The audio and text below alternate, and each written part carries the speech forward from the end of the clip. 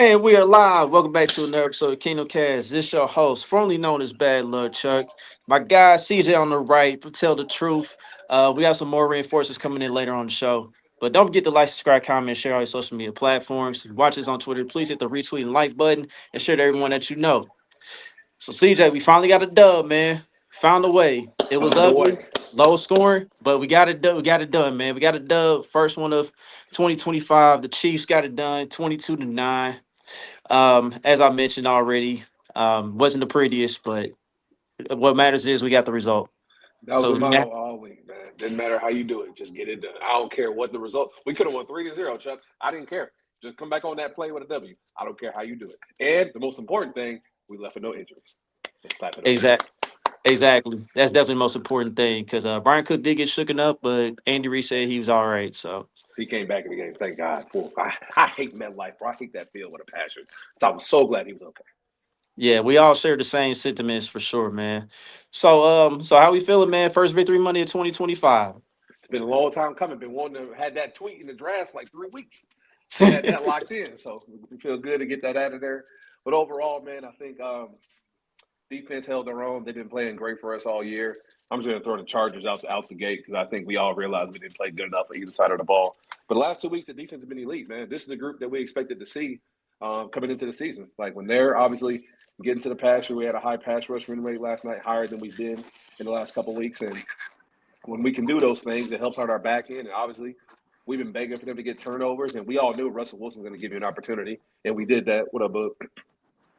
So we got the turnovers, and then when you get the turnovers, you want to execute and you want to go capitalize on those things. So offensively, it was still a little sloppy at times, and we all know that. We're just trying to hold down the fort until number one comes back and we get four back in a couple of weeks. It'll be a much more smoother operation offensively. But we did take some strides in the right direction. I posted some clips. I'm sure Chuck can pull those up when we get all the reinforcements here for the show. But overall, offensively, I think every week, Chuck, we're getting a little bit better. We're adding more things to our tool belt, adding more things to the offense that I want to see. And I think Andy's becoming more and more comfortable with this group and what we want to do going forward. But overall, ugly game, like you said, but we found a way. Absolutely, man. We definitely gonna bring those up here later on in the show. But yeah, man. Look who it is, man. Look who just pulled up.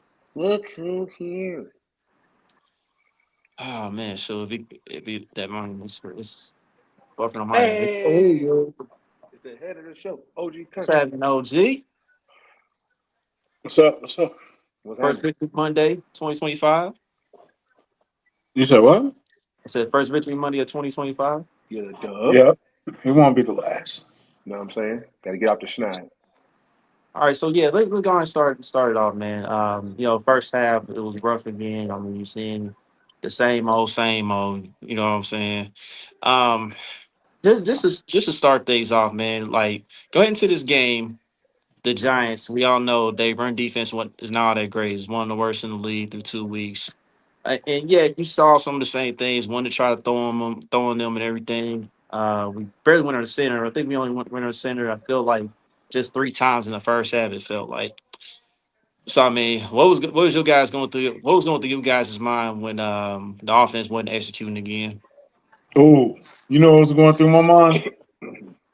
We ain't never beat the Giants before, man. We 0-7 in New York. Why you say it like that? Why you say it like that? I want to dominate win. We got to win by double digits. Hey, yeah, Yeah. we did. That's what was going through my mind the whole time. That's what Y'all was funny. going through my mind. Y'all so funny. We ain't never won at MetLife Stadium, bro. Oh, my God. Country funny, bro. And yet you picked against us for the first time ever. Hey, Never pick against us, country. Never.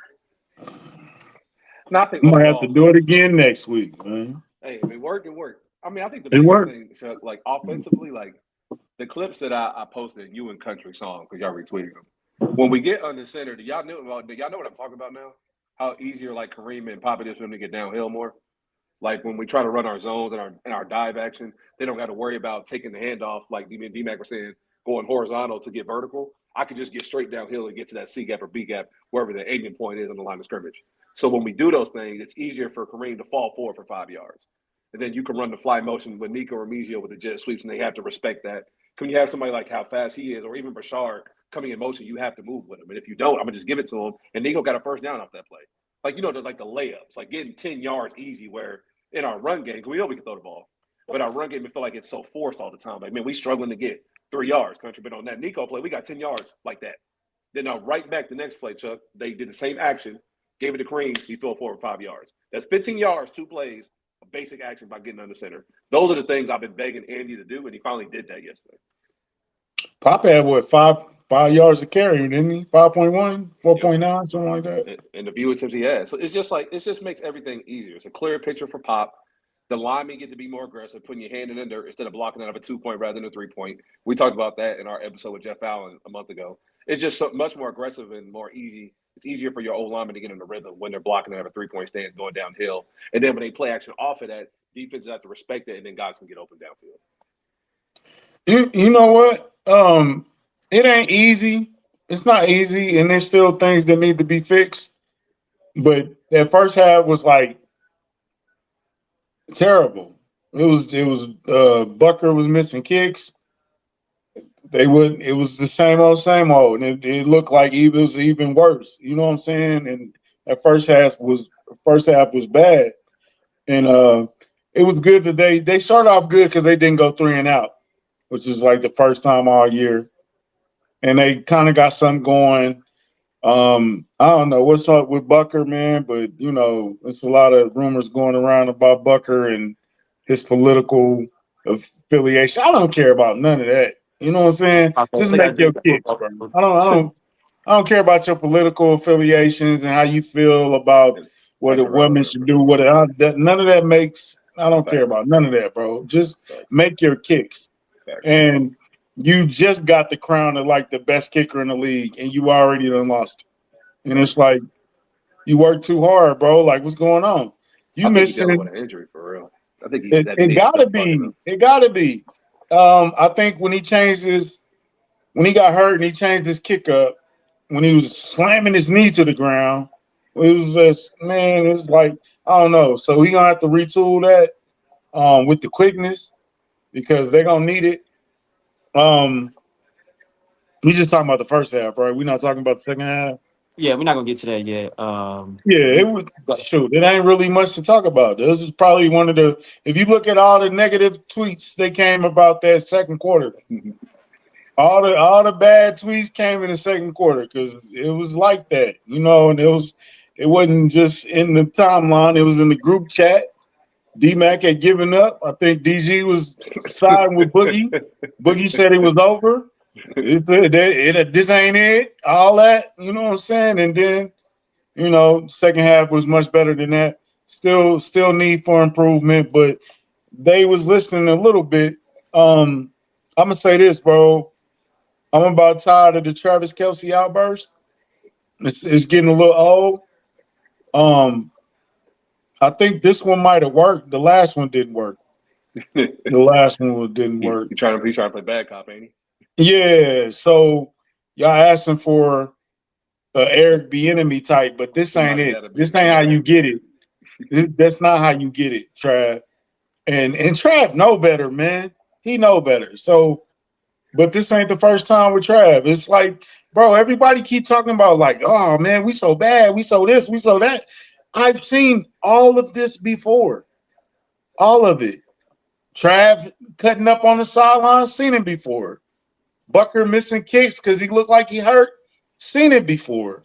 You know what I'm saying? All of this, this ain't new. I don't know. It's like people just got on the journey of the Chiefs, but I've been on this bandwagon for a long time. I've seen all of this before. I know it's not the same team, and you can bring that up. It's not the same team. It ain't the same. Yeah. But tradition and familiarity and common stuff like this. The same coaching staff. It ain't changed. Same people walk in the building every day.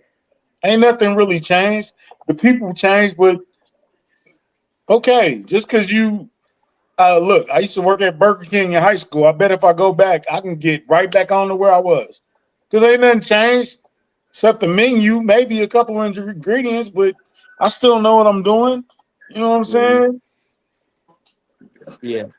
Just to talk about like the first drive. At Yeah, first, like, I didn't know the Giants kicker got hurt pregame. I didn't know Greg Gano got hurt pregame because I was wondering Pulled why that they groin. on 4th and 3, and then yeah, he after was in the inactive list, wasn't he? That was great. He pulled his no, groin. nah, he was active, but he pulled his groin. But then all of a sudden, he came in the game later Oh and yeah, kicked his because own he field did goal. come out. He did come out He and tried took to a make fit. he You're made that right. one kick. Yeah, He Right. must have pulled his groin before he went up probably there. probably did it in warm ups. Probably kicking Yeah, he like did trying warm like up. a 40, 50 yarder. Probably test his range that night. And probably pulled it. And that's the only thing and I'm glad Chuck brought that up. Obviously, we don't want to see Bucker dealing with this. Like nobody likes injury. You can't control it. Um, I think the fact that he has been dealing with it, he does have way too many missed kicks for the amount of money he had. I think he has 3 or 4 missed kicks already, which Yeah, is former very, Yeah, very, very frustrating. But he hasn't really, outside of the Philly one, we lost by 3. That could have tied the game for us, and we probably could have went to overtime. I don't think he's been a reason that we're losing. It's not like he's like smoking everything. Has he missed kicks? Yes. Is it frustrating? Yes. I don't think anybody's probably more upset about the missed kicks than him. Obviously, um, I'm not really on high alert with Bucker until we get to like if we're going into like to the bye and we're still talking about this, then I'll be concerned because the bye is like what week 10, so it's week 3. I'm hoping he can manage it because even when he got hurt 2 years ago, he was dealing with the knee injury. We said it was going to be an issue that he managed it and then he figured out a way to finish the season and we won the Super Bowl. So I'm not too upset about it. Obviously, he needs to be better. I think he will be better. He's not really like you can tell he's pulling a lot of kicks because he's pulling them like Country said he's using that new routine of dropping down to his knee instead of just it's kicking a, following bro. through. It's a mental thing. It gotta Yeah, be because he made the hardest field goal there was running on the field, no exactly. time In left, like 10 55 seconds. yards, boom, no Easy. problem. Easy. That's why How I'm can not you do worried. that and then miss? Exactly. It's a mental. It gotta be. It That, gotta that, be. that's why I'm not worried because when we needed that big Yeah. kick in that game, he made it, no question. I see people So wanting to cut him and let's bring in some competition and no man, just get it right, Buck. Come just on, fix you know what you're doing. just fix You it. know Yeah. why? You know why? It's You know not why? You know why some Cutting people gonna Bucker is scream though. crazy. Whoever said that, it's you got to not be kidding Justin me. Tucker You bad know yet. why though. You Yeah, know yeah, why It's some people it's cut not him that though. bad. But yeah, I you don't know, like but him. That's cool. But like we talking about that's football. cool. You don't Yeah, we gotta talking. like him. Yeah, You there's don't a lot of gotta players like we don't. him. There's a lot of players we don't like. We Man, still but watch them. I'm not cutting Bucker. No, I can't. No, I'm not Like cutting Bucker. Are he you said, crazy? he does his There's a job, man. That's all that. That's all that matters. We're just asking you to get right. It's early in the season, first month. If you are dealing with something, get extra treatment. Come in early, stay late. Do the things you need to do, like Country said, to get back on the right path. Because we seen you make the big kick. It'd be one thing, Chuck, if he ain't made a big kick all year, and we going into week 4, like, bro, you ain't made a 40-yarder all year. He made the 50-yard plus bomb in 8 seconds or less, like it was nothing, like Country just said. So it's not like we haven't seen Bucker be vintage Bucker. Has he had some Right. misses? Yes, he needs to correct those things. But I think those are things that we can work through because it's such a long season. But cutting your kicker is ridiculous. We're nowhere even in that stratosphere of replacing Bucker. Is it annoying? Yes. Does it need to be cut? Absolutely not. So whoever brought that up, please stop No, talking he about ain't no young ho. it. He Yeah, ain't no young ho. or even the Yeah, Niners and he kicker like got Moody. cut. Yeah, Moody got cut. Young Koo got cut for the Falcons. So those guys are not even on the same planet as Bucker. So we're nowhere near that. You're just frustrated as fans, and you should be Yeah. frustrated. But I just be mean, mindful of what you're saying. Just be mindful. can we talk about the fans real fast? And I'm going on record. I'm not saying the Chiefs are fixed and then we about to go on this 15 game run. No, I'm not saying that. But y'all took these 2 L's like they were the worst thing that ever happened. Like they just looked over and I'm like, what is going on? Perspective Like means everything. apparently it's not over. Like the Rams was kicking the Eagles' ass. Apparently, the Eagles ain't as one dimensional as we thought they was. Because when they played us, they didn't look good at all. We locked that shit I, up. I really wasn't one dimensional, bro. Like I'm like, bro, I've Well, seen. at the same time, our secondary is way better than LA. LA secondary is not that good Oh, for sure, from a absolutely. corner standpoint. Our But the defense must be way better than LA. yeah, but the point is that we've seen Jalen Hurts throw the football before and have success, dog. But Exactly. He stop. can That's throw that. the point. When he Uh, needs to, he can do it. So Yeah, but man, it's sometimes, man, people it's so overreact quick to jump off. That's what gets me upset because for it's sure. like, how do you believe so much? And How then do you believe we going in and we going to three-peat something that's never ever been done in life? You can believe in that wholeheartedly, but then you come out and say, "Oh, they 0-2, bro. It's over." If they go 0-3, oh my god, it's over, bro. Exactly. How can that be the same person? How could that be the same fan, bro? That's why it don't make sense. Because that's why people who act like that, I'm like, bro, you don't make sense. Because there's no way you think on this hand and then 4 months later think that team's not even in the same stratosphere. It doesn't make sense. Are there weaknesses in every roster? Yes. But to think like we just have like no chance of winning anything just because we lost 2 games is illogical. It doesn't make sense. That's why I asked D-Mac and Chuck and everybody is like, bro, what did you see? I would say the Brazil loss was horrendous. But what did you see in that loss that you've never seen on this run? Nothing at all. We saw that's why I was confused why everybody was so with the pitchfork. Why are we with the pitchfork and the torch? Like we ready to burn the castle down. The thing that made me so mad, fellas, is like we've been on this journey for 8 years in the Mahomes era. So you would think, country, we be above regular season losses. I don't care about a regular season loss. Man, I've seen this team every week for all these years, and yet y'all gonna crash out over 1 loss or 2 losses. Who cares? We can do this. I seen Alex Smith run off 11 in a row. Facts. Yeah. And they couldn't lose the game. With not half the talent that we got, for yeah, with not even the same talent, bro. Nowhere near it, for sure. Hey, calm down a little bit, man. I get it, bro. But it was, man, the timeline was hard, bro. It was hard, bro. Right, so I want to talk about the first drive, man, because we was getting something going, man. Like, you know, Juju. I think I said it on the show, if I'm not mistaken. I think Juju had a decent matchup. And he did his thing out there, you know, catching the quick slants and whatnot. You had a decent game, yeah. Yeah, but the drive that stalled everything, man. Patrick, sometimes he be unsure, man. Like, I know he was trying to go deep the first time before checking down to Travis, but after he had finally think down the field, that check down was so bad. It was awful. Like he threw it at his foot. I'm like, bro, what are you doing? I'm like, what's going on out here? Bro had a brain fart moment. He just threw it at his foot. I'm like, he's right there, bro. Just throw it to him. Yeah. I don't know. Was he expecting him to start moving?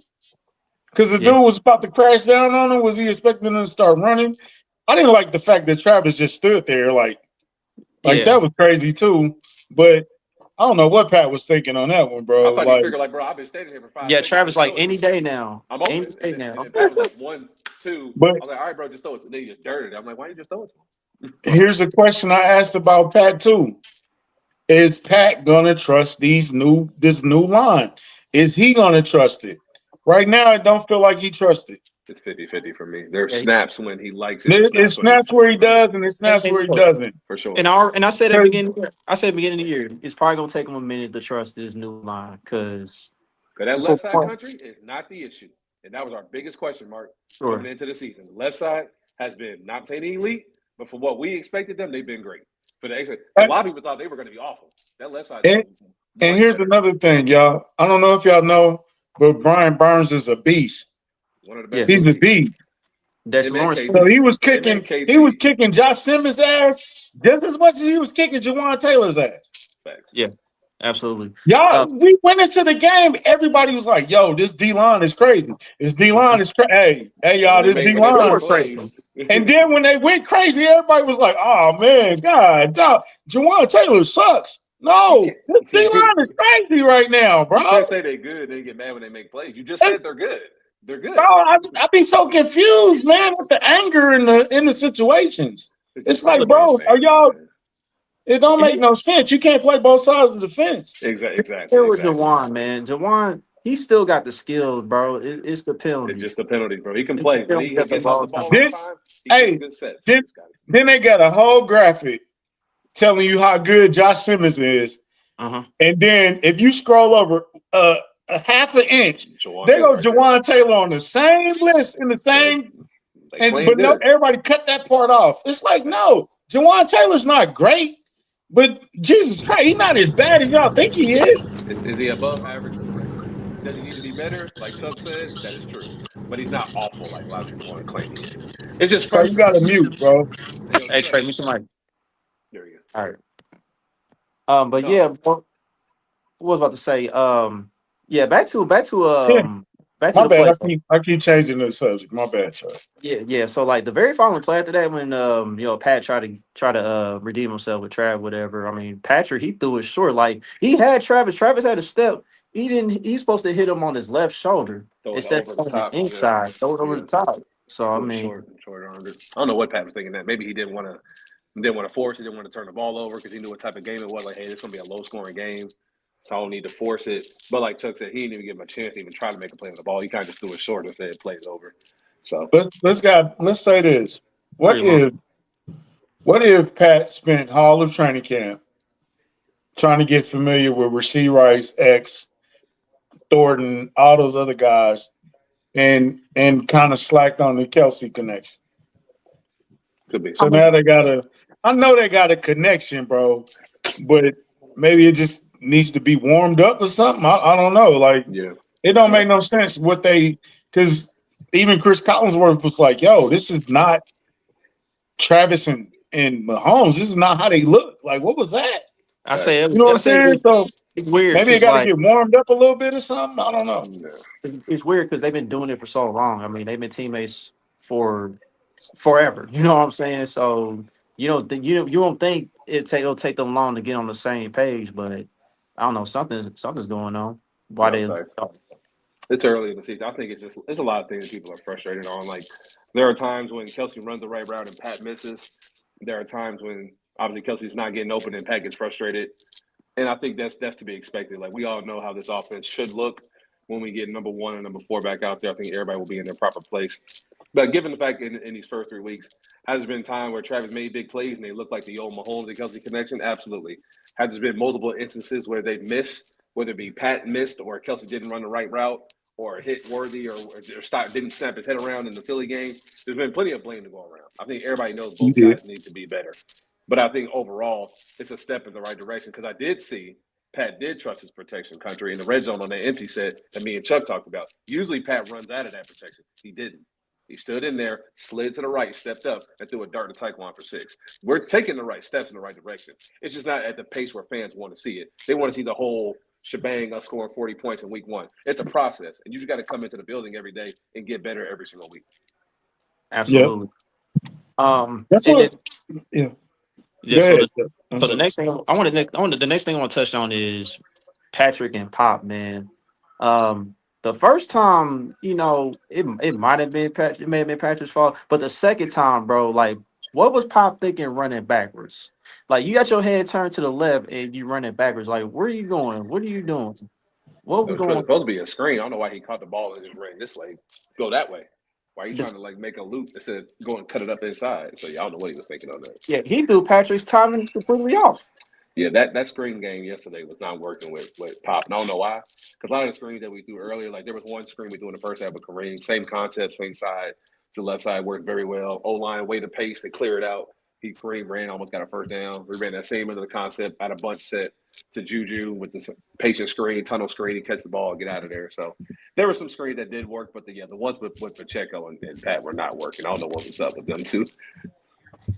What's going on? I think I did. Oh, he coming back. He did something. Did I do that? Yeah, who pushing buttons, bro? My bad. Bring it back. My bad. What just happened? All right. That was me. I messed up. Okay. I took Trey off because Trey ain't in. I'm right here. Oh, okay. My bad. Put your camera on, bro. I didn't know you was there. It sounds like he's driving. I'm doing a no right now. You doing he's driving. Well, go ahead, man. Come back when you get home. Yeah, come back when you get in. I don't think that will be home in time. I'm probably gonna be done. Safety first. So you were just first. Anyhow, man, what's up, D man? What's going on, bro? Damn, Chuck, I don't get no what's up. Like, yeah, what's up, man? What's Trey, be safe. Trey, be safe. Yeah, be safe, Trey, bro. You need to focus on driving. I'm at a stopping point right now. You are? Trey, like yes. I don't know about believe you had a who? He had a stoplight. Yeah, I'm at a stoplight. That's not a stopping point. It is a stopping point, Chuck. You gotta drive again. Stay on point. Stay on point. Chuck. Not right now. Stay focused, Chuck. Don't be on that lemonade, bro. All right. Not on that lemonade, Chuck. I mean, fuck. All right. So anyhow, D-Mac, we was talking about how Patrick and Pop was now on the same page in those two passes out the backfield. Not on the same page. That's a nice way to put it. It wasn't even in the same I book. know I was being nice with it. I know. Pacheco That was turned the that wrong was way a and then Pat disaster. threw it in the ground. As Isaiah Pacheco ran the wrong way. He ran back to the he ran back to our end zone twice. That was the issue. And then Pat threw it in the ground the second time. He's like, "Fuck, I can't do that. You can't throw the ball in the ground backwards. It is a live ball." Bro. It's a live ball, but I mean, but he's looking for his check down there after he goes through his progression, and he realizes the guy is not where he's supposed to be, like, and then he's trying to hold on to it. So I mean, it's annoying. But bad operation right there. We got to clean that up. But shout out to Pat for redeeming himself and go getting the ball back. That was some real. Hey, yeah. I mean, obviously that's saved 6 points, bro. That was. Whew. Pat is a football player. He went out there, saved the, like you said, saved the 6 points. You know, he's going to try and make a play. Unfortunately, last time he tried to make a play, he hurt his Rice, but he's going to try and make a play. Yeah, he made a play, saved that fumble, and kept the game, I guess, within the Chiefs' control. I would say, because I mean, if they score the touchdown there, I think it's 13-6 at that point, and then it feels like the game takes a totally different turn, right? So, like, I mean, it never felt like the Chiefs were truly out of control of the game. Even after the Giants scored the touchdown, it felt like they were still in control of the game. Obviously, even though the first half was incredibly sloppy, but they eventually, you know, came out the second half and made the proper adjustments to get the job done. So that was nice to see. Yeah, man, because Russell Wilson is trash. And we made him look trash. I think it's time for us to be a family, man. After this season, we said that last year, Chuck. Like I know, but he wants to keep playing for some reason. I'm like, you got nothing to prove, honestly. He is a family man. He just plays on Sunday. He a family man. It's over. Don't need to play. He don't need to play anymore, country. That's my point. Well, that's the point we trying to get. Sierra got to get them albums up. Huh? I thought Pittsburgh made that very clear last year. He doesn't need to play football anymore. He decided. And I told y'all laughed at me. I told y'all that it would go similar to that Pittsburgh game, and everybody was like, "I don't know, country. That D line is selfish." Why you say it like that? Why did you say it like that? Yeah, who talks like that? You talking to some British fans? He talking to Harry. He talking to Harry. Yeah, he talking to Harry. I didn't know what that was. I was like, It's so vicious. It's so vicious. It's so vicious. What Pittsburgh game were you talking about? No, just like the Christmas game. Are you talking about Christmas? The Christmas game. Oh, I mean, I would have loved if it went like the Christmas game. We destroyed them. For sure. We beat the Steelers a lot worse than we beat the Giants yesterday. Oh yeah, that was close. Yeah. All right, so close by the halftime. Go ahead, Tom.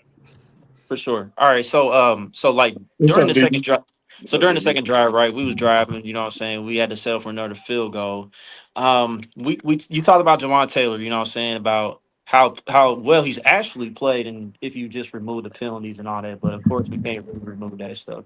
The drive killing stuff, you know, that's what DG keeps bringing up with Jawan Taylor. When you finally get into a rhythm on offense, you get a crucial penalty.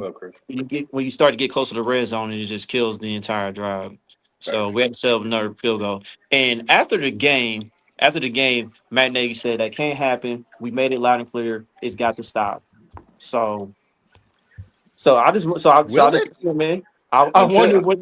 it's gonna stop. Until you bring in Jalen Moore, I don't care what. I'm like at this point, like with the Kelce New Heights episodes. I'm tired of you talking about it in postgame. I'm tired of you asking about it. Until you pull them, I don't care because until you keep starting them every week, then clearly you ain't that mad about it. Do you really need to cut him though, DC? Cutting him is kind of crazy. No, you don't cut him. He's a useful backup tackle. If he's on the roster, you don't cut him. That's just overreaction. But here's the thing, here's the thing with professional sports, unfortunately. Jawan Taylor, you know, he's one of the highest paid contracts of this season. I think he's like the third highest paid player on the roster. Second on the team.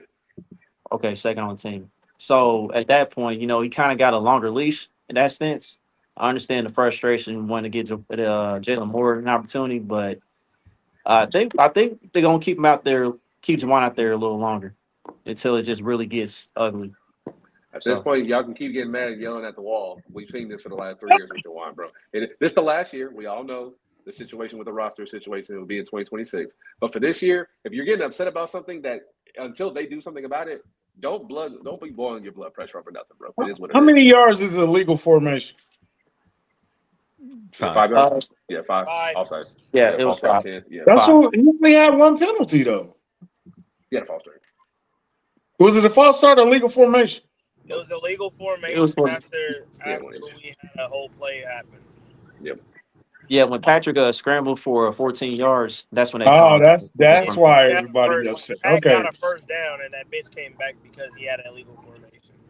You got to be up on the line of scrimmage and break the belt line. DJ, calm down, bro. You tripping. The thing about Juwan is this. I think that his penalties are at a level in which if you yank them, I understand it completely. But I think also this was always going to be the tough part about if they did decide to make that move is I think they still do like the fact that Jalen Moore is a versatile backup for them. And in the case of something going down, then they can just insert him accordingly. On both sides, exactly. Similar to what happened with Josh Simmons, where he missed a few plays versus the Eagles. So I think that they don't necessarily want to make that move until they have to because of the one-to-one versatility that Moore provides for them right now. But could you argue that Moore would be better based on lesser penalties? I'll say. Then I think you can argue that. Would he be as good of a pass blocker as Juwan Taylor? I don't know. Maybe could he move people better? I don't know. I think you could probably say he would. So, it's a give or take as far as that's concerned. I don't think it's a completely clear cut decision, only because of the versatility that Moore has as a backup. Yeah. Yep. Absolutely. Can we say that Brian Burns was kicking Josh Simmons' ass too, DG? I mean, he was not. Brian Burns definitely won. He had some reps. You mean Juwan Taylor, not Josh Simmons. But he did. No, he was kicking both of their ass. That's what I'm saying. Didn't he get underneath Josh Simmons one time? He got underneath Josh Simmons. He got on the well, I mean, everything. Yeah, but it wasn't something where it was the continuous thing throughout the game. Exactly, whipping your ass. I'm not saying that at all. Yeah, when you hear whipping your ass, I'm saying, both of the tackles had long nights. It wasn't easy for anybody. I thought Josh Simmons was. I mean, a long night is kind of a stretch, but there was moments. It looked like Josh Simmons probably had one of his worst games so far. Well, that's a high bar for Tim. But I think overall, I think that it's like at that current point in time when you're talking about New York, who is like really bolstered up. Mind you, you got Abdul Carter, at that linebacker. Kayvon Thibodeau, Dexter Lawrence. Brian Burns. Yeah, they got 3 to 4 guys. They invested a lot of money in that room, bro. Yeah, we went into this game saying the D-line is bro. Yeah. The only thing they got on us is that D-line. That D-line can make this a rough game. We might lose because of the D-line. And then they had a rough game with the D-line, and everybody like, oh, well, cut that nigga. I wouldn't even have called it a rough game for the offensive line, but I understand the point you're making. They won some plays. I understand the point that you're making, though, country, for sure. Yeah, they had moments. Yeah. They had moments, but they good. So what? They can't. Yeah, that's what I'm saying. I understand where you're coming from, country. Because I saw earlier today where somebody was like, somebody had shown the play where Abdul Carter was lined up over Creed, and he did a little inside movement and was able to get that tackle for loss. Guys, Abdul Carter is a freak athlete. If you line him up over the center, there are times in which he's going to be able to beat the center. So, that doesn't all of a sudden. And then somebody co-tweeted and said, "Oh, why are we paying this guy again? Because he's amazing. He's elite. He's the best center in the National Football League. That's why him getting beat up by Abdul Carter on a run play does not change that. So, yeah, these guys won some of those reps. It was expected that they were going to run some of those reps. But in my opinion, relative to what my expectations were, they did a solid job. I think that especially seeing a defensive line of that magnitude, like we knew, like we just said it, like if there's anybody that was going to beat us on the defensive side, it was going to be those 3 to 4. It's like when they were able to plug and play, because it's like when Brian Burns went down, they just rotated Abdul Carter to Brian Burns' side, kept Kayvon Thibodeau, and they just brought in another backer. Like that rotation is going to be very deadly. I mean, for what I say it as is if you can keep our offensive line to under 2 to 3 sacks, I call it a win. And we were able to do that. Like people want to sit over there and they want perfection because he's paying top grade money. Like, if y'all would be so mad if y'all had somebody else other than Creed, because y'all would be wanting to have Creed. Like, I think that's just how it is. It's a part of the game. You're gonna lose your reps. Nobody is gonna win all of their reps. I've never seen anybody win all their reps. And that's just the biggest thing in country. So. My fault. Yeah, Willie Roach won all his reps. Man, I don't want to hear that. as great I'm joking, bro. I'm joking. No. I'm just saying. Based on the first game, where he was absolutely horrific. It was 4 penalties, all long penalties, 10 to 15-yard drive killing penalties. A 5-yard illegal formation. Yeah. It just you know what I'm saying? I get it. Yeah. But so I'm not tripping over that. Having a conversation about Juwan is like, not to be disrespectful to the panel. I can only talk to Juwan Taylor probably with y'all and like certain people because we actually know football and not going to overreact to certain things. The timeline is so burnt by Juwan Taylor. Country, they don't care what he does. He could have a great game. If you even hear him even say Juwan one time, it could be for anything. He could have had a great block. They heard his name, they triggered because he's had. No, he the new McCall Hardman. He the new guy that every year Chiefs came to pick a guy that I'm going to hate you no matter what. Sure. He's that guy. Nick Bolton is the other one, but they and Nick Bolton is the other one. He's a one guy kind of. We know that guy. He's hated other than that guy as well. But we gotta add Kingsley. Hold on, y'all. We gotta add Kingsley in there too because they hate him. Kingsley probably had his best game this week, right? That was one of his best games. I think people have backed. I think people have backed off the Kingsley. I haven't heard Kingsley's name as much, Trey. I'm not gonna lie. I think people have backed off the Kingsley. I mean, they died down on it early. They died down on it earlier because he's playing better at guard. But the consistent one has been Juwan Taylor. He's been last 3 years. Yeah. Any game it doesn't. We can win by 30. He was still gonna hate. Yeah, they're gonna continue to bitch and complain about Juwan. Talking about him because like it doesn't matter what he does. They're not. Juwan is. So there's no point in bringing it up. So. Look, Juwan is like our running back room. They're gonna bitch and complain until we do something about it to their standard, not to everybody else's standard. And if something ever is to happen, oh, why the fuck do we have him starting? What is it? I just heard like no disrespect to the people who I listen to Spaces with. Like, I'm pretty sure y'all know what the hell y'all talking about. But I've never heard somebody sit over there and say, "Oh my God, it should be Kareem Rashard then Isaiah Pacheco." Like, why would we put a rookie 7th round pick in that kind of predicament? People get frustrated. I'm sorry to say that, but it's like, yeah, who ain't beating the Ravens? I can understand frustration. What happened? Hey, listen. Somebody say you're not beating the Ravens. I know. Hey, listen. We don't need to talk to nobody that lost to 20 points to Marcus Mariota, bro. Hold on. What do you mean we ain't beating the Ravens? Why are we talking about the Ravens? Right. And then Marcus Mariota not a fader for a little bit too? He was for a little bit. That is true. He ain't never have a game where he put up 40 points as a fader. I'll tell you. You must like us, bro. We came back in the chat. Right. Salute. He came back in. Oh, that's the Raiders fan? Yeah, appreciate you, bro. Martin the new sport voice. I don't know. Hey, retweet the space, bro. Or retweet the thing. Everybody type in. But anyhow, man. My boy said EBE. That's not it, bro. Yeah, EBE. Yeah, it's EG, fam. I know what you're trying to say. EBT, yeah, EBT on 3. EBT on 3. 1, 2, 3. He meant to say BET. He said BET, not EBT. Nigga. There you go. BLT. Everybody got to eat. BLT on 3, baby. Ain't mine with turkey. Oh my God.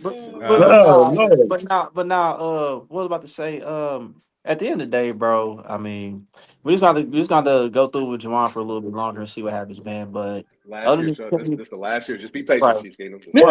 Right. It's the last year, man. Last year, bro. And you know what's gonna happen? And I can't wait for this. Because they were begging for Justin Reid. We was like, yo, this is Justin Reid last year. And then one's lost, and then everybody was like, damn, I wish we had Justin Reid back. One day, somebody gonna beg for Jawan Taylor back. Watch, I mark my words, TJ. I know somebody gonna do it. They definitely will. We have overreacted. Somebody gonna do it. It don't matter what we do. Our fans always gonna reminisce. That's a fact. They definitely will. For the record, I am still very fine with Justin Reid moving on. He did not look all that good for the Saints. Me too. And Brian Cook had himself a really nice day. He's had two back-to-back very good performances. 2 good games in a row. Can we discuss Brian Cook right now? Let's talk about the safety room in general because I was about to get to that. That's gonna be my next subject. My bad. I jumped the gun. Go ahead. But before we get to Brian Cook, I gotta talk about Christian Wallace. Because for the longest, you called it, bro. USC bags and the Chiefs coaching staff to play this kid more. I swear, every time he's out there on the field, something good happens. And as you see in that second quarter, when Russell tried to force that moon ball to Wan'Dale Robinson, I mean, everybody expected Russ to throw a couple of moon balls, but they clearly weren't there. You saw when you look at the play, Christian Wallace did a good job climbing the hashes, coming over to the other side, and getting underneath Wan'Dale Robinson to pick the ball off. Throwing the moon ball to Wan'Dale Robinson is a choice. I ain't gonna lie. That's funny. He ain't got a choice. Russ only got 2 things to do, bro. He either gonna run or throw the ball deep. It's just the fact that you decided to run the shortest dude on the field on a deep route into the double high coverage. It's hilarious. It's not a great decision. He the shortest dude on the field. I'm not. That's like us throwing when Tyreek was here. I'm not throwing a jump ball to Tyreek Hill. He's like 5'9", bro. Like you don't do those. Man, we're not even that. Did have some hops though. No, yeah, he could, like dudes are athletic, but it's like there's just certain dudes you gotta it's a height difference, bro. It's like Indiana McDuffie right there, step for step. That's why I thought it was funny.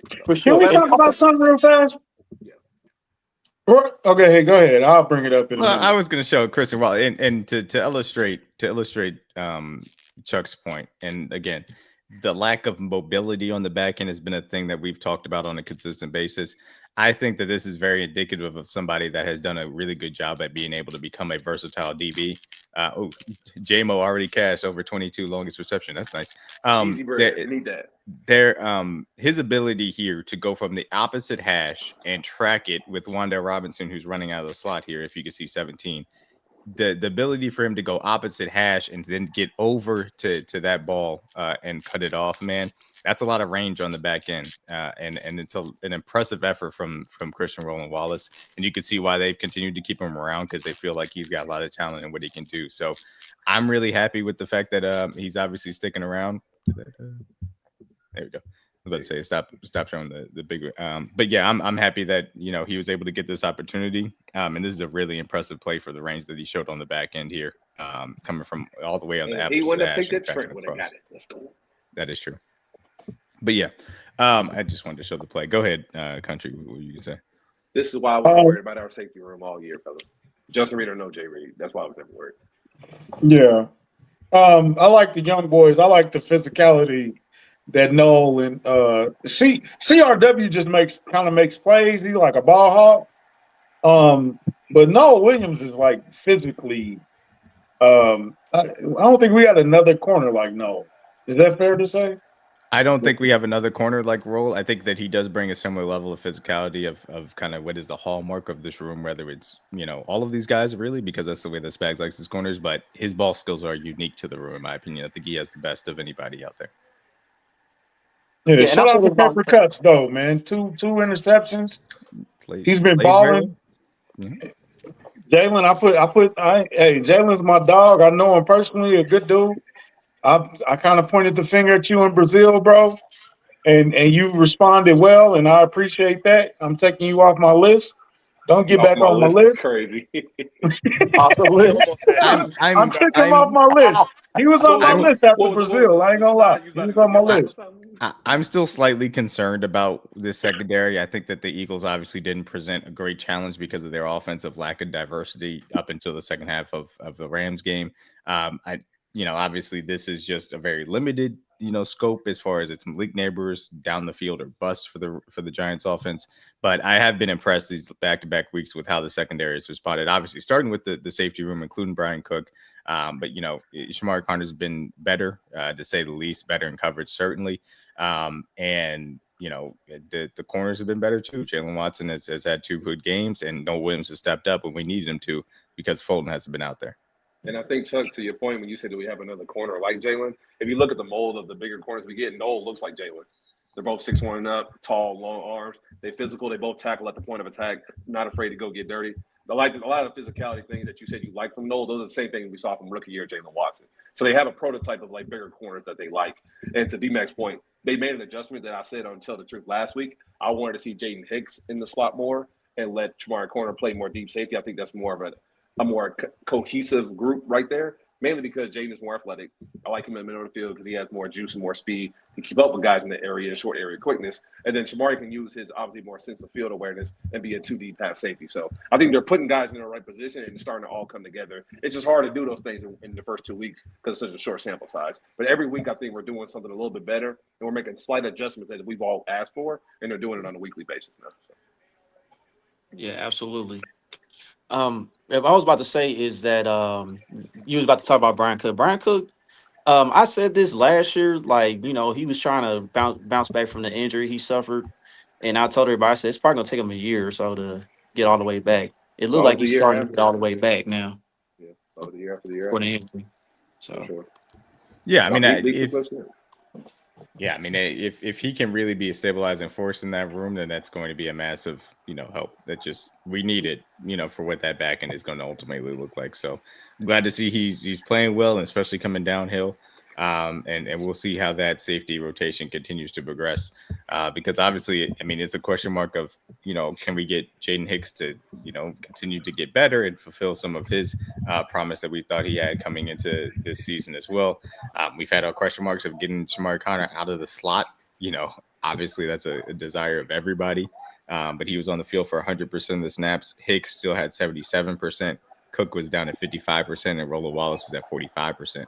Which I think is a little bit indicative. He obviously got some cornerback snaps too. So it's like, hey, what's the balance going to be? Are you going to use these guys as corners? Are you going to use these guys as safeties?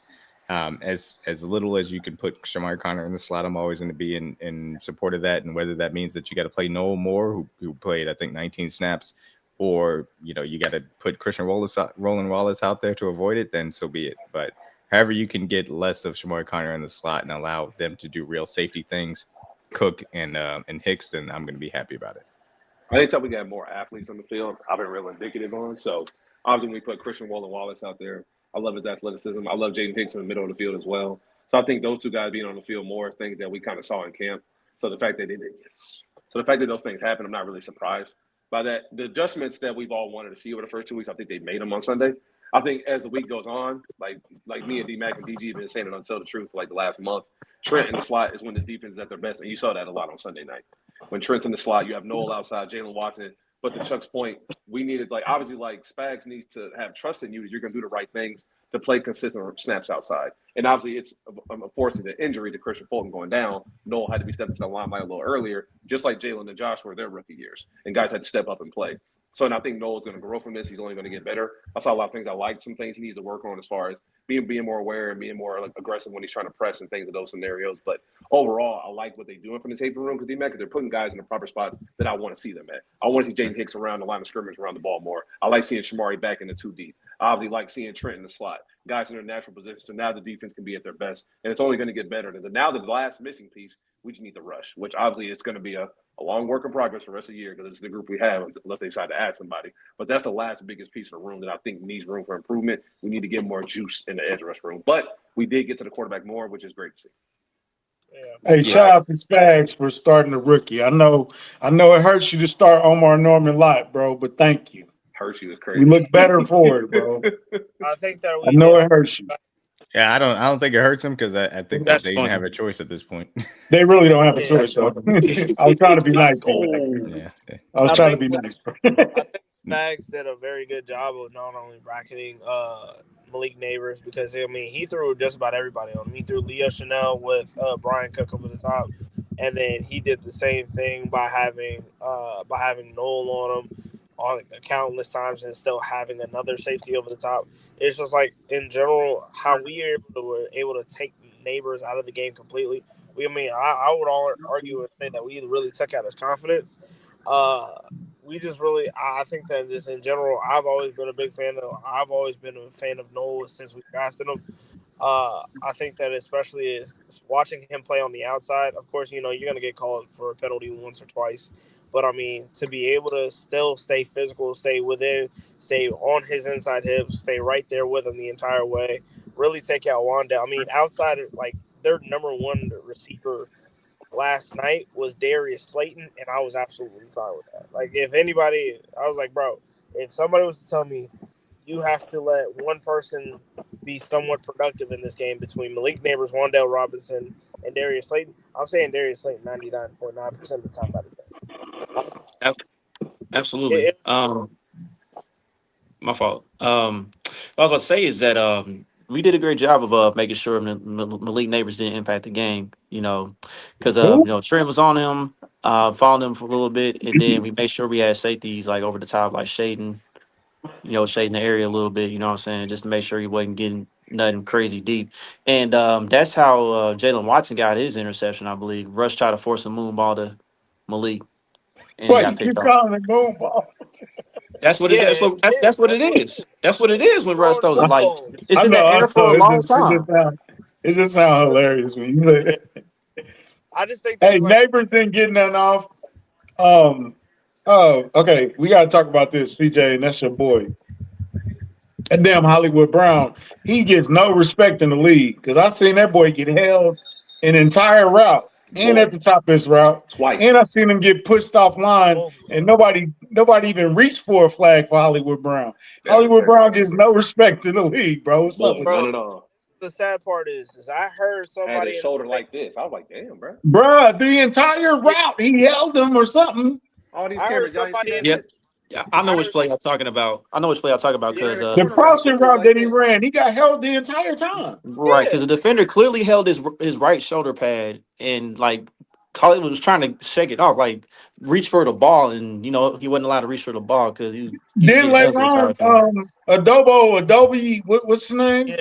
Paulson Adebo. He just pushes his get out of here, Holly. Just pushed him. I'm like, damn, Hollywood ain't gonna get no calls, huh? I'm surprised he got that pass interference call at the end. And this is why I don't like it when it was. Say they were like, oh, I heard one fan literally say last night, I'm tired of Hollywood Brown. At this point, get him off my team. I'm like, are you stupid? Like, what did he do wrong last night? We don't have functioning wide receivers, so we should not get rid of guys that are functioning wide receivers. Yeah, we're not going to get rid of guys. He don't weigh 190 pounds. That's what's wrong with him. How about we all just ignore the timeline during football games? I think that'll be healthy for everyone. I mean, I'll be ignoring most of the time. Ignore the timeline. It's a much better game experience if you just ignore the time. I treat my thoughts to move on. I don't be paying attention to the timeline like that. Facts. Thank you. I will say this, Thibodeau, ain't he a free agent after this? Kayvon, this is like this 4 years. Yes. Yep. Oh yeah, they probably. I'm not sure. I think this is last year. It is. Cool. Kayvon. Yeah. Oh yeah. He got drafted in 2021, I believe. He looked all right last night. He don't look like a first round pick, but he looked all right. Yeah, I mean that Giants defense line is just talented, bro. Like you just knew heading in there it was gonna be a tall task. You know what I'm saying? Them young boys, but. What play is this? This the play where Hollywood got held on that didn't get called. Bro, the whole play, bro. Trips to the right. He does mainly 1, across 2, 3. Yeah. Like damn, bro, he got held 3 times. Yeah. Backline judge said. He said, "What hold?" Country, he held him off the line. He held him at the 10-yard line. Bro, he started from the line to the water break. 2, shoulder 3. Like damn. Yeah, just holding on the way. Bruh, nobody even reached for a flag. Nobody even was like, man, let me give him a pity flag. Hey, country ref like this, looking dead at it. I'm like, damn, bro, you Hollywood though. They be doing that at times too. You gotta play through it. I will say this. Obviously, I got to give credit to Boogie, and I'm sad that he's not in here. But Boogie was right. Tyquan Thornton is the best wide receiver on this team. He's gonna have a better year. He got that one right.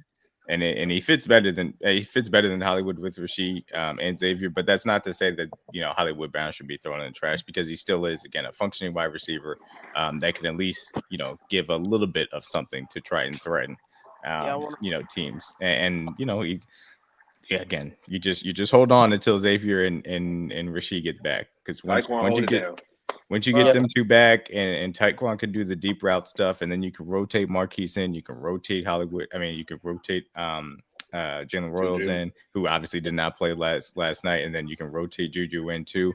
Then you're talking about a wide receiver core that can present some different looks to people and keep some fresh legs out there, which is nice. Yeah, I want to bring that was a big fat nothing. Why we go through this whole week of Jalen Royals not to give him? Did he get any snaps? That's he got 0 snaps. Country. That's an Andy Reid special. What do you mean? I know, man, but it's funny. You know, like, oh yeah, we're waiting to see. You kind of desperate at this point. You probably need. Thank God Andy finally gave Noah Gray some balls. And hold on, real quick. Before we get to Noah. Why do you say it like that? Wait, you said you gave Andy Reid some what? No, he said he gave Noah Gray some. Yeah, hold on. Never mind. Okay. Yeah, real quick. Opportunities, CJ. Before we talk about Noah Gray, before we talk about him, I want to stick to the wide receiver topic because it started to be a bit of a conversation now. I want to bring our conversation to the viewers that we had earlier. He only had one drop. All right, so real quick, we know when Xavier gets back healthy and when Rashee Rice gets through his suspension, we know they 1 and 2 in the pecking order. We know this, right? So, if Tyquan continues to build on what he did last night, do you put him at wide receiver 3? Do you bump Hollywood down to wide receiver 4? I think it depends on the matchup, really. Like when you're coming into the offense when we're all fully healthy, obviously, Rashee and Worthy are going to get your top 2 targets naturally because they're your best separators, they're your best man beaters, your best route runners, runner to catch guys. Those are the top 2 guys in your pecking order of the room.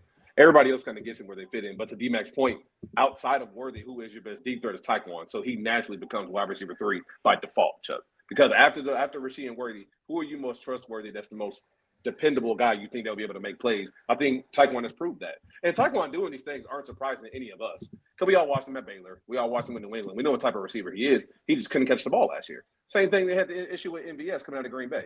He couldn't catch the ball. Nobody said he can't run. Can he get open? Can he catch the ball consistently? He's doing that. I said it can. If he catches the ball, he will play. Because we don't have anybody else to run up with the deep ball besides Worthy. So he's doing that. And that's why he's going to play. Can I ask you a question? Is he just scored a touchdown, by the way. Is he more of a Justin Watson type, or is he more of an MVS? He's better. Tyquan? No, I'm not saying if he's better or worse. I'm saying the role. Is he like that Justin Watson type? It's the MVS role. It's the MVS role. For this team, it's the MVS in 2022 specifically role when you have Rashee Rice and Xavier Worthy back. But the great thing is I do think that this is 3-game sample size. The wide receiver that you're seeing right now is a faster and a faster and, in my opinion, more complete version, or I should say a faster, more complete wide receiver of Justin Watson. And I think he is a faster, more versatile wide receiver than MVS was, and even in 2022, in which he was a good option for us. So again, the ability to have a true guy that can be deep threat on a consistent basis and run those routes throughout the entirety of a game and not get tired and then say, hey, we're going to throw this to you when you're open maybe once or twice and you got to be ready to catch it, and him being able to step up in those moments and also having a short memory, obviously, because he drops the ball. It's a tough. He just doesn't survive the ground, but then immediately comes back and makes a tough catch. So I think Tyquan Thornton is an upgraded version of MVS and Justin Watson in that perspective specifically. And I can't wait to see him out there with X and EGE, man.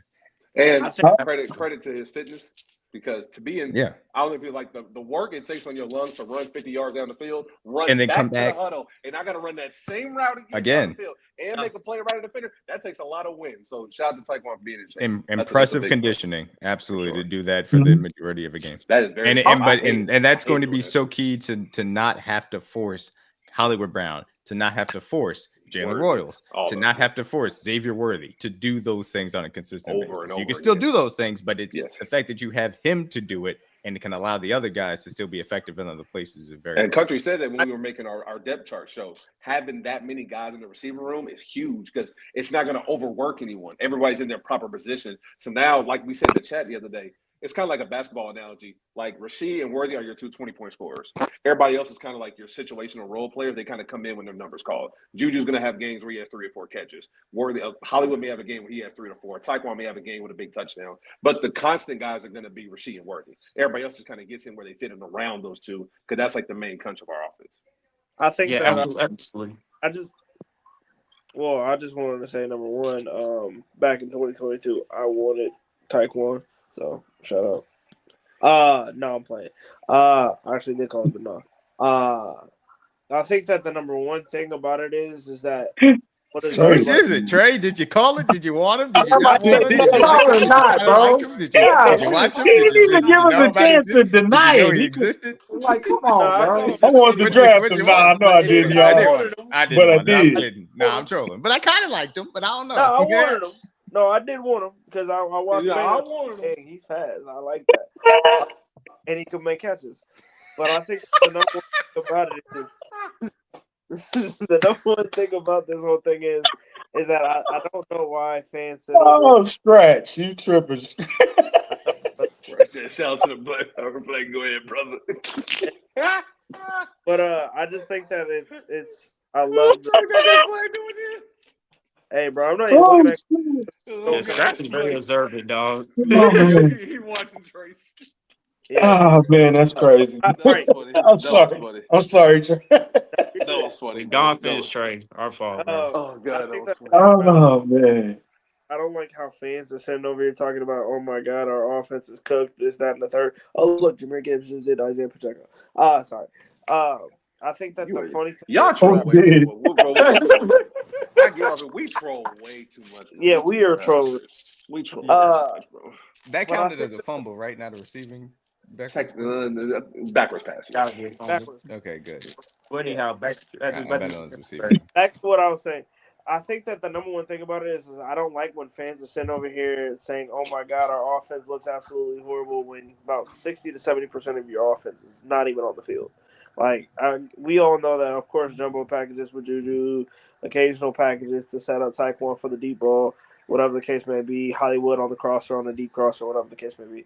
But the thing about it is like, as I'm looking at it, seeing this offense progress without your top 2 receivers, like, you want to be able to see the struggle and pains, because that's when it's going to make your offense that much better when these two come back.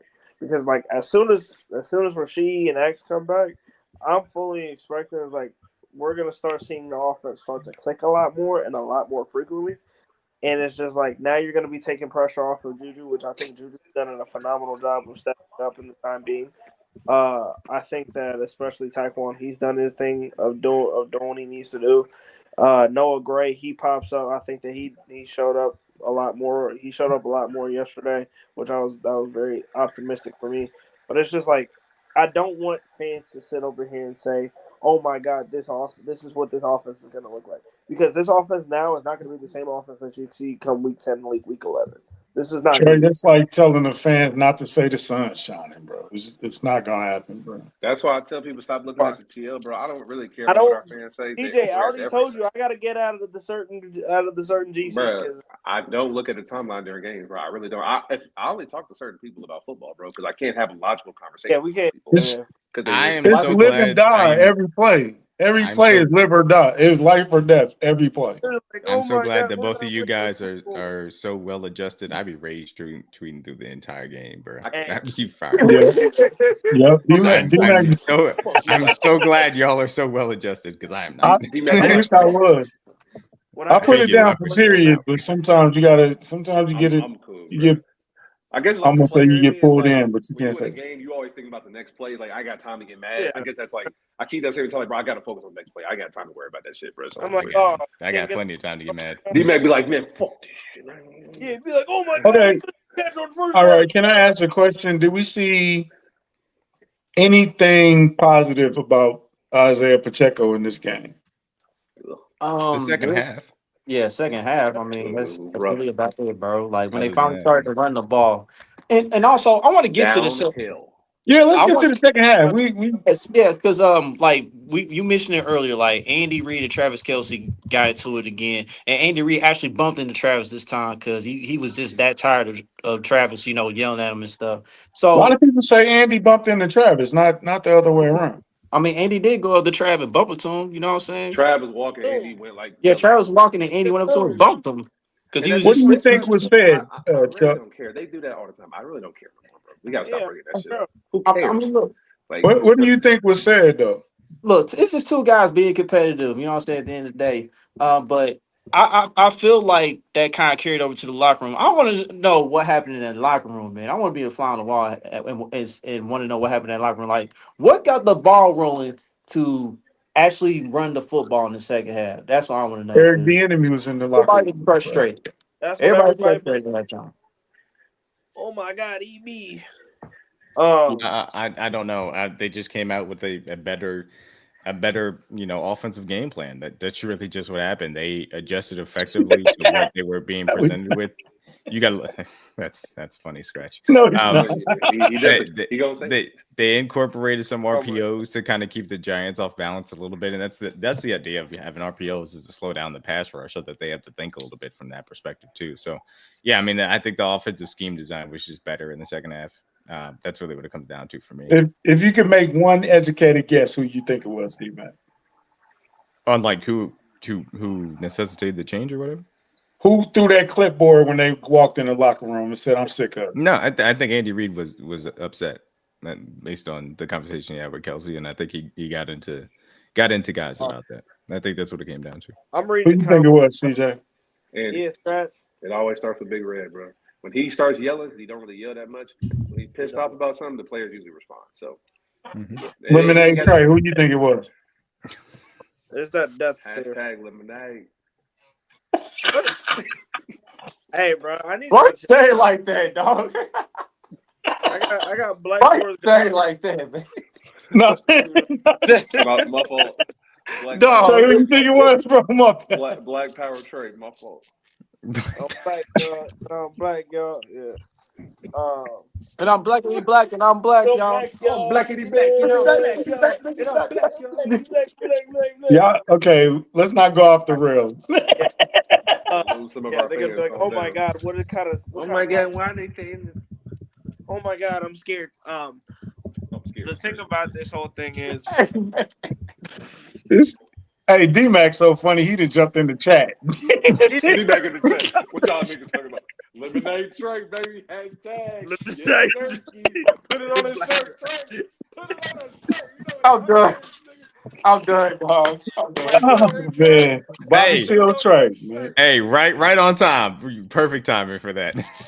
yeah. Okay, we did kind of get into Butker, but go ahead. Yeah, let's go to Butker. Hey, lay out, man, because I know D-Mac got a little rant for Butker. Go ahead. No, Chuck, you wanted to talk more about the second half.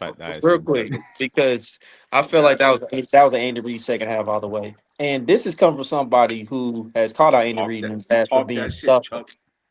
So, I mean, because you saw at the end of the game when the clock was running out, they had the cameras on Andy Reid and Matt Nagy. That said it all right there on whose second half it was. So, I just want to say. Don't Chuck Andy be calling the play. I mean, Andy is always calling. I told. I mean, look, not all the time. I'm telling you, there was a stark difference between the first half and the second half. You putting the mic up to your mouth like this do not mean you calling the plays. I'm telling you what to do, and then you just telling him. I'm the one that's giving. No, you gotta do this. You gotta do this, CJ. All right, this is where we're gonna go here, fellas. All right. No, I Andy Reid always calls the plays, but I do think that it was a much. Big Papa. I think it was a much better design, and to be perfectly honest with you, I was glad to see it. It was signs of life from the offense, and they're going to need it next week, in my opinion. So I was happy to see it. I think it was a little bit more RPOs to try and keep the defensive line off balance from that perspective, and then give them some good angles and. They created plays down the field as well, which helps a lot. Hey, D-Man, can you pull up my single back formation clips, please, from my TO? Sure. Thank you. I think that a lot of things that came into fruition for this offense is when you put Pat under center and you have him off jet fly motions, because you're allowing Pat to be a little bit more versatile and you're allowing your offense to have a little bit more space to make. Countryman screaming us to get out the gun. Countryman, what Yeah, happened I on mean, Sunday night? I think I counted 10. I counted 10 snaps from under center. Well, you better look at two of them right here. Like I was, me and CJ were sitting over there watching the game. First, you have a jet fly motion. You got Mahomes under center. You got first you had Nico on a jet fly motion. Boom, you were able to get a first down. Then the next time you come back around, you do a jet fly motion. You have was it Hollywood? It was Bashard Smith. Yeah, it was Bashard coming from right to left, and he was able to make what he had like a 15-yard gain on that, and then you countered it right back by handing the ball off to Kareem, and Kareem gets a lot of yardage. So I mean, like, for us to be able to go under center a little bit more is like you're allowing Mahomes, you're allowing that deception, and you're allowing the defenses, the linebackers' eyes to move, which means that you're creating more opportunities for other players to get open and start making plays. I joked about us saying, like, y'all know the Mecole Hardman plays. I know people don't like Mecole Hardman overall, but those type of plays are just I love plays in our offense. And I think, Mecole, you can run it, D-Mac. This is the play I'm talking about. When you have these type of, like, sets right here, for one, it helps your O-line, like Trey just said. It helps them be more aggressive. They can block out of a 3-point more so than blocking out of a 2-point all night. That's very annoying as offensive lineman. But when you have these motions right here with Nico coming in motion, you have to respect it with a guy, anybody with that type of speed, because you're either going to get the ball or you're going to fake it off him, then you can do a dive action. So in this play right here, you can run it, D-Mac. Yeah. Right here, obviously we're in 12 personnel here. You got Noah on the left, Travis on the right side. Just a basic, put him in motion. Nobody moves, give it to him. Only thing I would have liked better I could think about this play is Nico would have been a little more patient, stuck around that block of Kelce, could have broke down the sideline for a little bit. That's more. why I said too. That's why I said too. And this is the play. This the Remy go play. Remy, yeah. You know what I meant. Shut up, nigga. Yeah, just call him Nico. Yeah, Nico. This is something I will say as well, though. Mecole Hardman was very good at these plays because he understood the tempo and timing as far as setting up some of the blocks too. To your point, especially against San Fran. Man, I was just about to say that. They hate seeing that boy. And I mean, like, you're also. I'm glad. I'm sorry. No, I was gonna say I'm glad. Good I'm glad CJ pointed out the point though, and you'll see it here. When you don't see anybody run with him, then that helps out as far as the indication is concerned, because then you know for future plays as well, you get a little bit of indicator as well. But also you think it's going to work out well. The defense is trying to flow, and I'm going to skip to the back view. Sometimes, and the beauty of being able to run a jet sweep of certain things is, hey, sometimes the other team's best player is so damn good that you don't even want to have to deal with them. Run a jet sweep and don't even block them. We ain't even gonna block you, Dex. You're just gonna be on the floor. We're gonna leave you alone because we know you're not getting him. So we just gonna leave you alone. You good, you ain't that quick, big fella. We not trying to block you. Hey, D-Mac. Max Crosby hate the hell out this play because he done seen it a lot. So does Nick Bosa. Oh yeah, you don't know what to do. Oh yeah, Nick Bosa. Shout out to Bosa in that ACL. You fly upfield. You gotta because when you're looking at it, you're on the left hash, so you already know the weak side is on the right side. D-Mac, go back. Look at Dexter Lawrence didn't even realize the ball was going until Nico was already like 10 yards downfield. Look at Dexter. He's still looking up for the field. Watch this. He's like, huh? Wait, where is it? Yeah.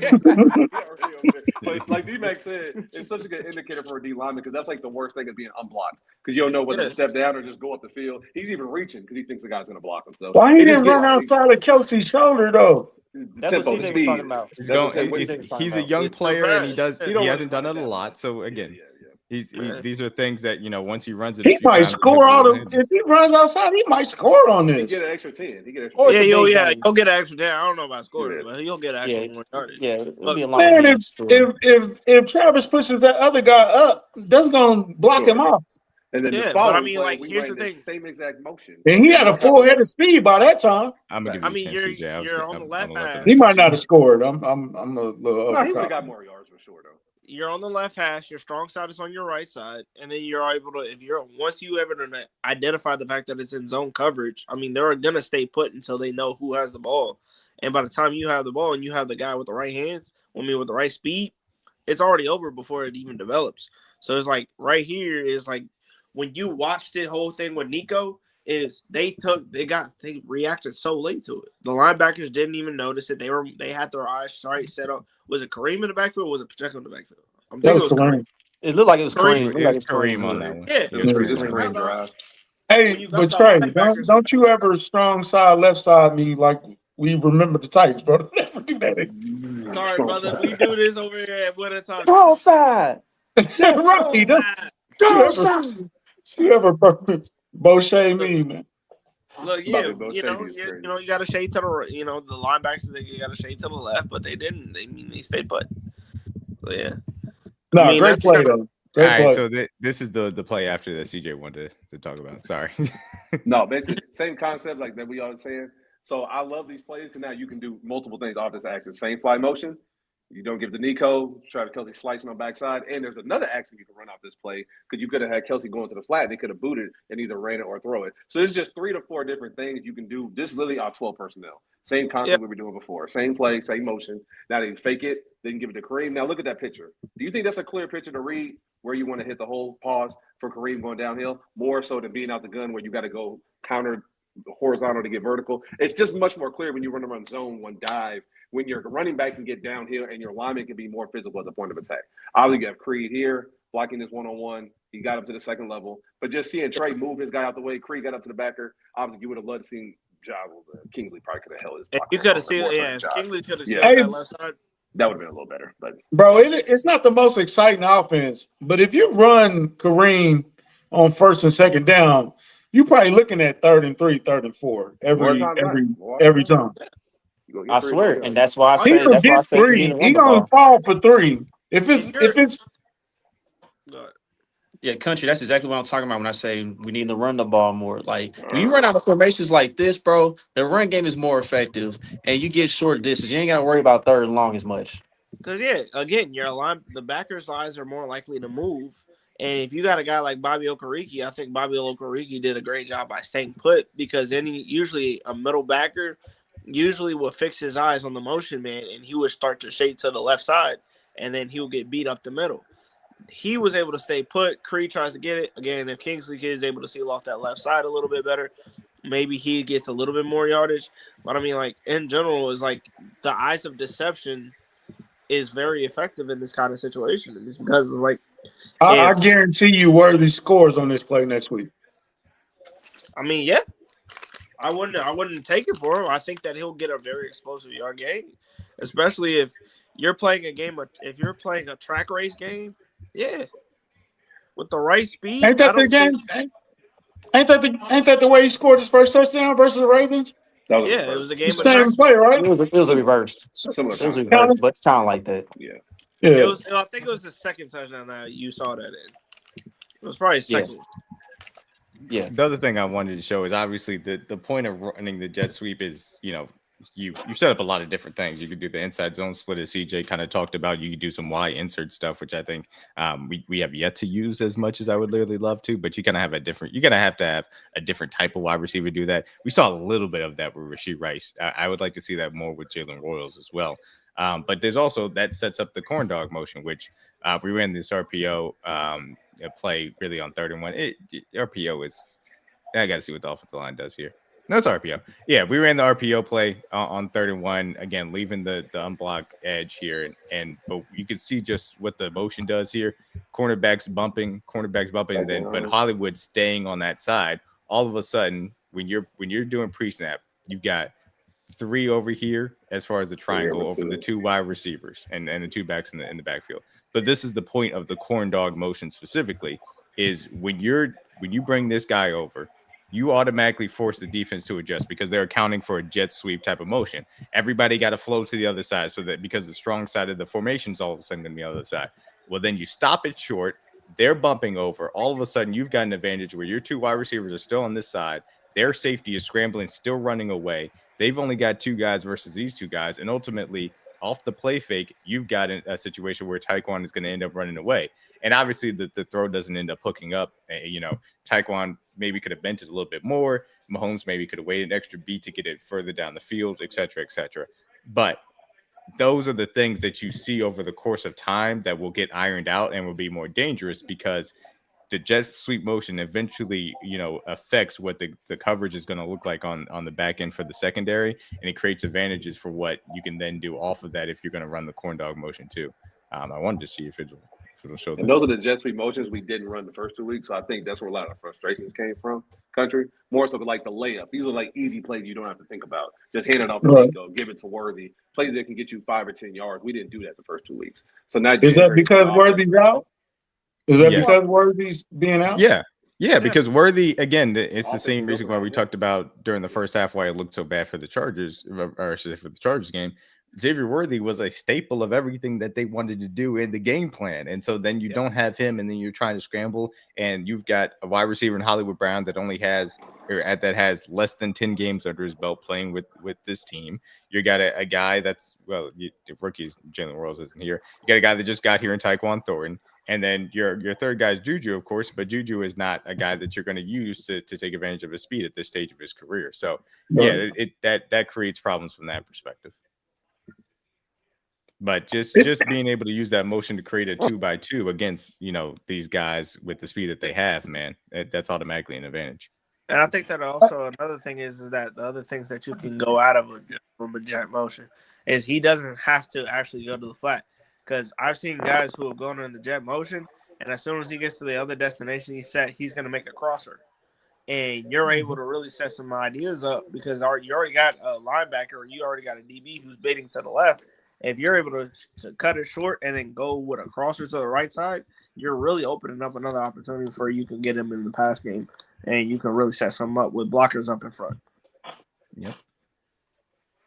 There's so many different. It's just easier things that you do in the offense with a guy like Nico and Worthy. It just makes your offense so much better and it flows. Yeah. They go hand in hand. They work off of each other. It allows you to do more things in bunch formations. You can get in empty sets more. It just opens up more options for your playbook. I think, honestly, our playbook country the first 2 weeks was very stale. Obviously, Worthy not being there was a reason for that. So that's why I really wasn't as mad because a lot of things I wanted to see from the offense we didn't do. And I think slowly every week we're integrating things morely and more so into the offense. And I think it's going to get even better, obviously, with Worthy coming back this week. And in 3 more weeks, we'll get Rasheed back and things will look better. So, and after the bye, it'll look even better after that. So I think it's a process and people get frustrated. They want to see the whole, the fully cooked product week 1. You're just not going to see those things as the season goes on. Yeah, we lack patience. What percentage of the playbook do you think we're using at this point? Shit, less than 40. Yeah, especially that you, brother. Yeah, I'd say you're talking about a third because again, Xavier really was such a massive portion of it because the entirety of the off. But the Rasheed is even a thing that I was going to say. They planned the offseason to be ready if Rasheed Rice is gone for some period of time, but especially if he was gone for the first period of time, and then you add on top of not having Xavier Worthy. Then you got to scrap all that stuff and say, hey, we got to figure out what these guys are comfortable with and what we actually drilled to this point and how much we can give them before we overwhelm them and cause too many communication issues. And then you add on top of it, Jalen Royals isn't here. So then you're like, well, that's another piece. And maybe he was only maybe a small piece about it, but it's still a weapon that you're down to. So it's I think you're talking about a third of the playbook that we've been operating with, especially when you factor in the fact that we don't like to show anything early in the season to begin with. I would say that it's like as if when we lose Mahomes, how much that offensive playbook really condenses. If we go to Gardner Minshew, we're not going to see plays that was usually designed for Mahomes. Man, if you don't knock on some wood in your house, don't ever say that. I got a dresser. I got a wood Thank dresser. you. There you go. But is that a Black Power dresser? Yeah. Hey, bro, chill out, bro. You got lemonade on that dress? I'm sorry, D-Mac. It was too open. You got lemonade on it was right there on the tee, bro. Also, Trey, please turn down the TV as well. That's not even my TV. That's probably me, my fault. Oh, okay. Somebody's TV. I only said it because I saw the TV. I'm sorry. My TV on like 3, dog. Like what? I don't know, man. But I mean, it's like a lot of the time it's like the offense is going to condense. Yeah, and I think great point. Great point. Like, you're gonna as more players are gonna go down, kind of like what D said. We knew we were gonna lose Rasheed for a good amount of time, so you already gave Andy the entire offseason to say, okay, we already know that we might lose Rasheed, but we still have these players. We still have these plays go up, whether it be bunch, whether it be just like trips, bunch, aces, whatever the case may be. Wait, when do you think they actually knew they was going to lose Rasheed for a while? Because the court date went until January. Probably. Well, you knew you were going to lose them. It's just the point of how much you're. Yeah, they just didn't know. But I know that they knew that they were going to lose him for a bit by cut down day. Yeah, that's why. Okay. Yeah. And plus, you were like at that time. So how much time is that? It's like 2 weeks then, right? You had about a couple weeks. Yeah, you had a couple weeks and you had a few days of training camp. And I ain't gonna lie, even during camp, fellas, like we all knew Rasheed was gonna be suspended this year. There were a lot of times when I went up to camp where Rasheed was getting force fed in camp, and I was happy for him. But I'm like, I don't think he should be getting like. I want him to be in shape and to be in rhythm. But why are we giving the guy so many targets who we know is It's because he's the guy that kept getting open. and D-Mac, I made a point earlier that maybe Travis and Mahomes is a little off because he was in training camp. It was Rasheed, it was Worthy, it was and Rasheed again, and then Worthy again, and then like, did he lose a little touch with Kelce because in training camp it was heavy Rice and Worthy? I don't think he lost. I don't think he lost touch. I think it's just not just a little bit of the connection. Like it was a little bit off kilter, a little bit because, and you can pull up the play that Travis Kelce situation. I don't know what that was. I've never seen them do that before, and that's one of the things I can add to that I've never seen before. Liz, what was that? The one where he comes out on the short route and Mahomes kind of pump fakes it a few times. Yes. What was that? Let me see if I can pull it up here. And then he did use the pump fake to succession later on with the Tyquan touchdown because what's his name was about to slap that ball down. Who was that? Was that Lawrence? Yeah, he used it was Brian Burns on the edge. I know which Brian Burns the touchdown. Brian Burns is a beast, man. Jesus Christ, he is. And I showed that one. I showed that one on my Twitter earlier today. But the big thing for me was, and I'll show it from the end zone view because I think it's important to understand. Actually, no, we got to go back to the sideline view. I'm sorry, I'm talking out loud. And it was a hell of a play by Mahomes. That was a hell of a pass. Oh no, yeah, well, we can go to the touchdown after this. But the thing about it is the reason why he's pump faking is because he's looking for a down the field shot here. He gets kind of Hollywood on this, kind of out and up Tyquan on the outside. He's like, oh, do I let it go? Do I let it go? Do I trust it? Do I trust it? And he's like, I don't really. And then he sees Juju kind of flash, and then he's like, do I go to Juju? And then he's like, no. And then he kind of just throws it underneath the Kelce. And Kelce has started to drift inside there. So the reason why it looks like from that in that specific video after the game that kind of showed it, the reason why it looks that bad, or I guess the replay that they showed in Collinsworth was doing the telestrating too. The reason why it looked bad was because Mahomes thought he had something deep. Not you mean crazy. He thought he had something deep here to Hollywood, and he's gonna let it go, and then he's like, Juju. And then he's like, wait, no, I got to get to Kelce. And then Kelce kept drifting. So Kelce probably was the third or fourth option on this play. Oh yeah. Definitely. I'll go back to the sideline. Like legitimately, 1, 2, 3.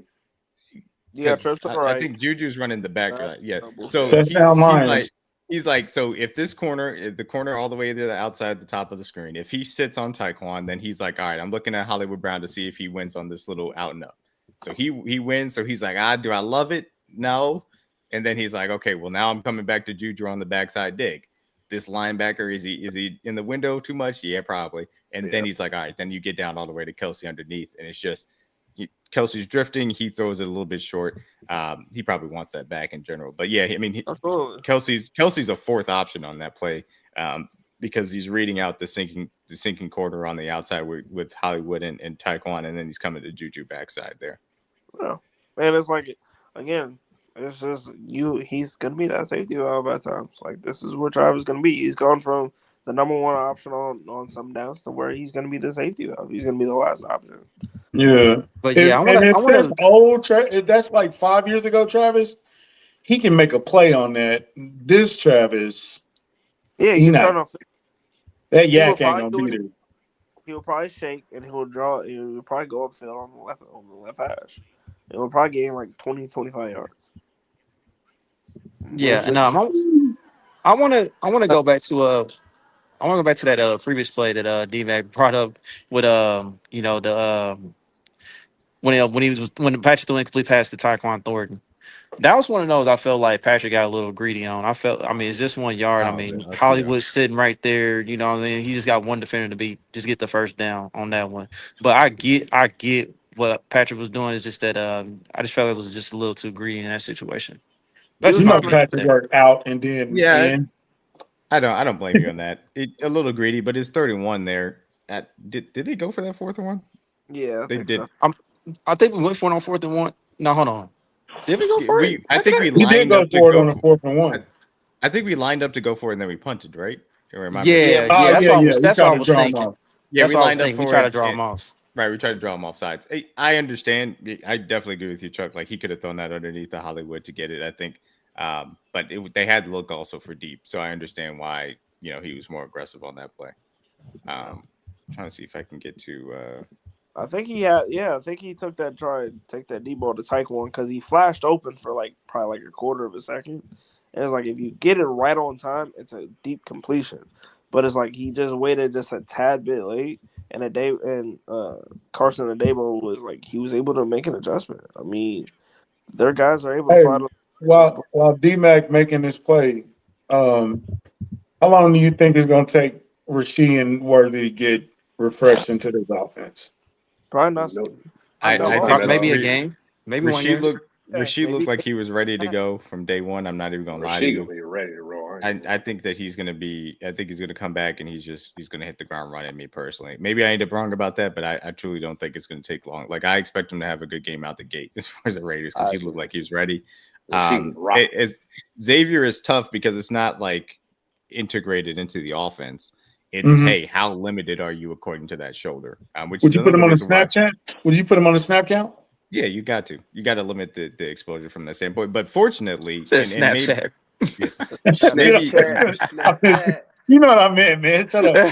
maybe I would say what 25, 30, maybe. Yeah. But maybe you can't do that early on because of obviously you're still limited wide receiver wise. But certainly when Rasheed Rice is back, you got to limit that exposure. But again, because Tyquan has emerged, and because you have Jalen Royals, and because you have Juju, and because you have Hollywood Brown, that is more of a viable thing to be able to do, which is a nice thing to say. So yeah, I mean, it's a viable option. Full workload coming back based off that. You got to ease him into it for sure. But yeah, when he does show, he's not allowed to practice. He can just go in the building.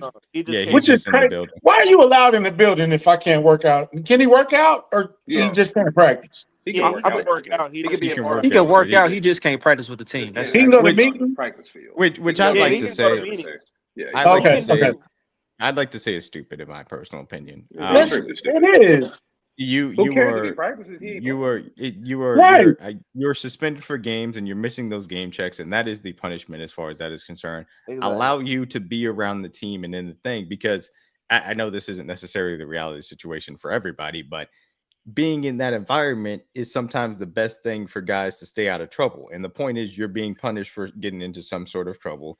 Allow them to continue to be around the team, be in that environment, being in the game week, getting in that routine. Don't take them out of that while also punishing them properly for things that they did wrong, in my opinion. Here's a punishment. We're gonna isolate you from everybody that your whole support system for 4 to 6 games. Yeah, I don't like that. But yeah, he's allowed to in the building. You just can't be a part of team practices as well. I think that the big about it is, I mean, they're gonna. Of course, the Chiefs aren't going to be too bad about it because of the fact that Rasheed is a liked commodity in there. And so when you're bringing a guy in there, especially in this wide receiver room, you're bringing your friend back into the room. Though, he can't practice, but he can be it sounds like a punishment on top of a punishment, though. Yeah. I mean, pretty much. I know we're not condoning what he did. I'm not standing up for what he did, but that's what I'm saying. He should have. You're getting punished. You're getting your money taken away, but now you can't even be in the building. It's a very petty. You can be in the building. You just can't practice with the team. That's now it. he just but he wasn't allowed into the building until this week. Yeah, the first 3 weeks he wasn't allowed. That's why. First 3 weeks. It's stupid. It's like I can't play. So what's me being in the building going to do? You said I can't play. Right, and then you're suspended for 6. So why are you only held out of the building for 3? Like, what does that mean? Like, what is that? It's like gradual punishment. Hey, I'm sorry. I was about to say that, CJ. It's like gradual punishment. Like 3 weeks. Yeah, it's like gradual leniency. 5 weeks. You can play. It's like 1 week. It's like my son's school. He got to get back in the buddy room and then the recovery room, and then he back in the class. So you got suspension, then you got ISS, you got ISS, OSS. Yeah, I don't want to hear that. Don't say that term. And then you can't go out to lunch and then reset. Yeah. Hey, bro, thank God for ISS, bro. That's how I graduated. Crying. That's why I caught up on all my classes and I. Hold on. I don't think you see my face right now. Like, make sure you're not showing the game in the background, though. I'm not. Yeah. Oh, you talking about I'm talking about Trey. Trey, move your camera. Trey, were you trying to say something? No, he said thank God for ISS. I did. He said that's how you grab. Anyway, play D-Mac. I don't know. Okay, let's talk about the touchdown play. Only TJ know why I'm doing that face. I know that was funny. That was funny. This is really good quarterbacking from Mahomes here. You're gonna get kind of a pretty simple. Who is that at the top of the screen? Is that Hollywood? No, Hollywood's at the bottom. So that's Tyquan. That's Kareem. Oh, that's Kareem, right? Yeah. No. Tyquan in the slot. No. Tyquan on the left. It is Kareem. Yeah. I forget. So Kareem's going to come in motion here, and Mahomes is going to get the indicator that it's his own coverage, because it's kind of corners out there. Yeah. The corners out there. Yeah. So they're running a little bit of that, but then eventually you get kind of the Juju short, kind of stick route, Kelce to the flat, and it's designed to get Kelce the ball here with a little bit of pick play to the top of the screen. The big thing is Kelce going to score on this? It's a question mark. But Mahomes does a smart thing in saying, all right, I'm going to throw this. Well, Brian Burns is in the passing window. So he's like, all right, well, now I got to turn it down. So Brian Burns jumps out of the way. And then he's able to come back all the way to Tyquan Thornton on the backside to the slant. But I do want to show it from the reverse angle because him pump faking here has double, kind of ability. It gets Burns in the air, but it also moves this linebacker, which allows him to get back all the way here to Tyquan. And the throw is in a perfect place. I mean, it just incredible placement as far as that is concerned. So it's a really good play, really good quarterbacking from Mahomes. And I just wanted to go back to the sideline view just so you can see Tyquan does a great job beating the press man coverage at the bottom of the screen. I will add, D-Mac, you could have got a first down at the 2. So if he did go to Kelce, he probably would still get the first down, but he probably wouldn't have scored, though. I think the number one thing about it is how quick Tyquan was able to get on the inside of. I don't know who 22 is, but being able to get inside leverage on him as quick as he did, and was able to beat him off the line, is like you're able to really cause things, and you're really opening up your own hole because of the fact that like if it's press man coverage. If you're everybody knows the number one way to beat a press man coverage is crossers or slants. So for him to go inside and make a slant route, and again, like what you said, Mac, being able to pump fake into that, you made the linebackers and the safety adjust to the right, which opens up that hole. And I think that was a win-win on both sides. Is there a more effective pump fake in the league besides Mahomes? Probably not. He's really good at it. Drew, that's Drew Phillips, by the way. But yeah, no, he's really good at it. Yeah. And that's a perfect window throw. For sure. He's supposed to pump fake. It's short yardage. They were trying to get the ball out quick. He knows the tight end to his side, so if he does run a flat route, that's where he's going to get to. So Brian Burns does it perfectly. He probably killed himself in a rush. He probably would have been more effective that way. But like D-Mac said, Tyquan beating across the defender's face. The defense on the right is shaded towards Kelce because they know usually this is the area where he wants to get the ball. So the backers even looking at him, number 8 goes towards Kelce, which leaves the middle of the field wide open. So that's when Brian Burns with the Panthers, bro. Yeah. How did they let him get out of there? They traded the Panthers. I mean, that's what Carolina does sometimes. Jesus Christ, bro. No, I'm gonna tell you exactly what it was because of the fact that they put a whole bunch of first round picks, or they used so many first round picks and traded them away to try and get a person that when it doesn't. They're trying to get Bryce Young, right? Yeah. They were trying to get Bryce. They traded up.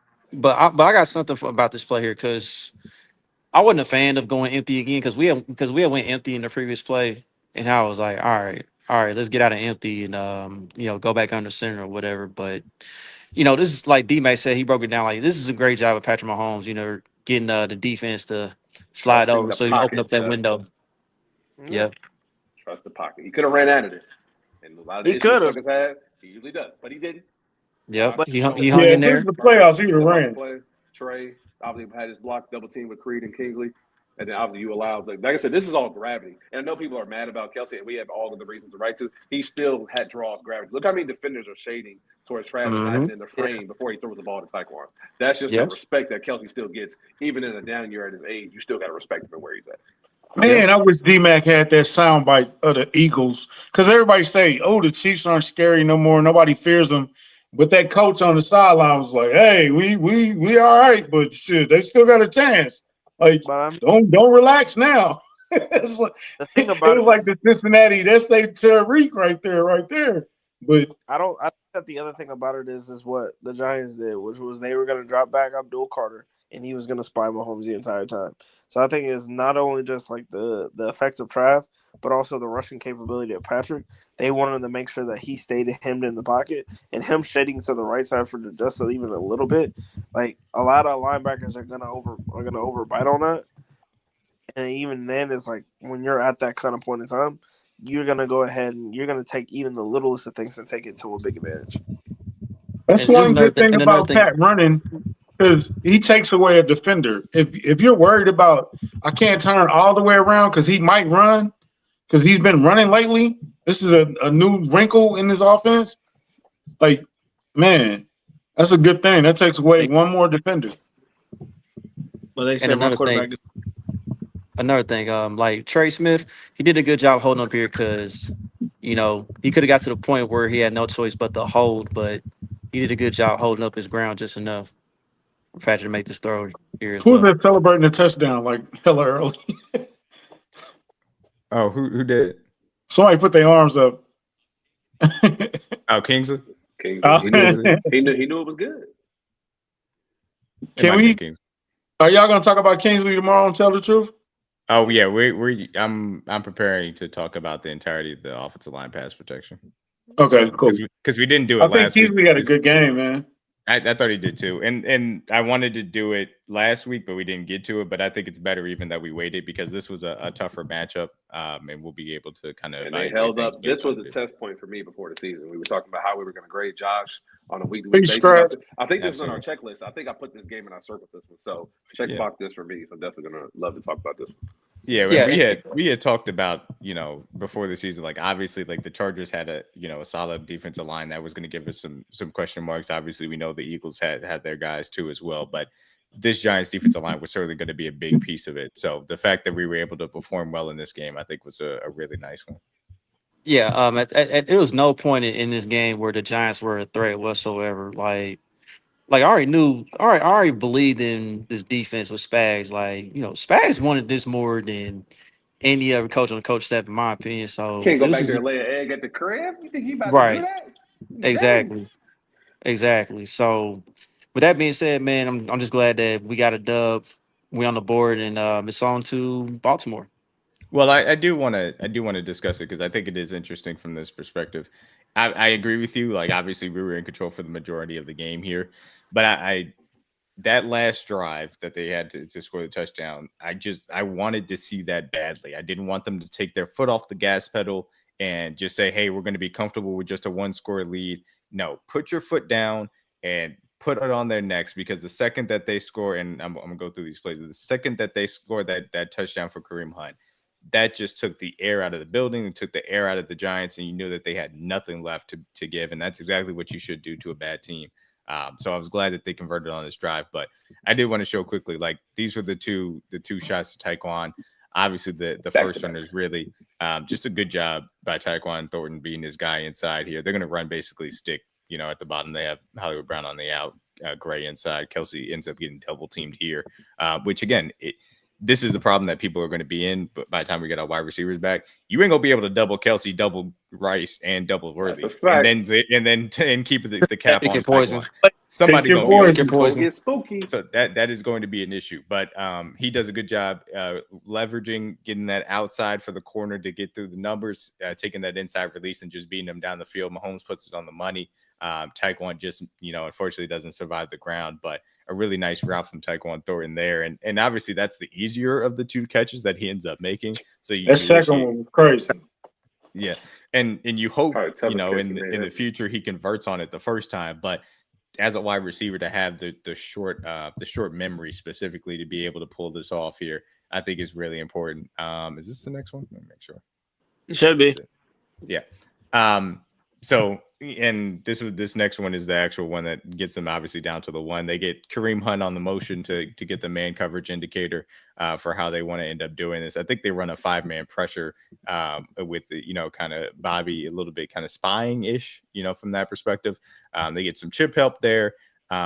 Tyquan a little jammed up off the line of scrimmage, but ends up running this kind of big bender, a big corner back to the other side as well, as Hollywood kind of runs the crosser across. But Tyquan obviously has his man beat here. Mahomes recognizes it and just drifts back in the pocket enough to be able to get the ball off. And it's a really great play from Tyquan, man. And just Tyquan, catch. stop playing. And him putting that finger up is so goofy, but it was so funny to watch in the moment. Oh yeah, that's gonna be used all season. I felt like he was thanking God. I thought he was thanking God when he pointed up to this guy. No, he said touchdown. No, I got it. We're gonna have to do one day if we get another Stay Scheming. Remember that show, Stay Scheming? I would love to see the difference between New England Thornton and Kansas City Thornton one time. Like not a long thing. I can show you that one. But quickly. That's very simple quarterback play. That's the first thing that start there. I can show you the. It got to be a little bit different than that, right? It's a little bit more than that. I know that, but I do think that he's actually gotten better from a kind of press standpoint. That's the thing that really has impressed me since he came over. I thought that he didn't do a great job of handling press when he was a young player for New England. I think he's gotten better from that perspective. But yeah, I think that sounds like a good stay scheme. I could throw some clips on there. Yeah. What I was about to say is that I saw a comment from Twitter about this play, and the dude was like, yeah, Tyquan, but Tyquan, he dropped the touchdown or whatever. When X and Rasheed get back, he's just gonna be a bench player. I'm like, bro, that's not the point. The point is that he made up for it the following play.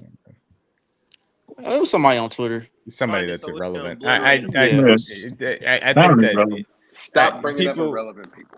People may feel, whatever way, I suppose, but Tyquan is going to be a very important part of this team for what he can provide and the unique opportunities that he's going to get with Rasheed and X-Back, to say the least. I did want to point out just like the pass protection up front was pretty solid. Jawan handles Burns with some chip help. Kelce's going to hold up Thibodeau and Josh Simmons takes him from there. Dexter and Trey are locked up one-on-one. He does a solid enough job. Abdul Carter tries to do some absolute foolishness to Kingsley Suamataia, ends up winning. The swim over, spin back is crazy combination, but Kingsley gets enough of them long enough to be able to give Mahomes time to drift outside the pocket. And sometimes when you're going up against a top 3 edge rusher as an interior guard, like that's enough to get the job done. So shout out to Kingsley for dying slow on that specific play. You'd rather be lucky than. You need a little time. You trying to throw the ball downfield for sure. Yeah. You need a couple seconds. But it really shocked me that Tyquan, came down with this pass, and like it's just because at the end of the day, it just shows the offseason work he done put in to get to this point. And shout out to Tyquan.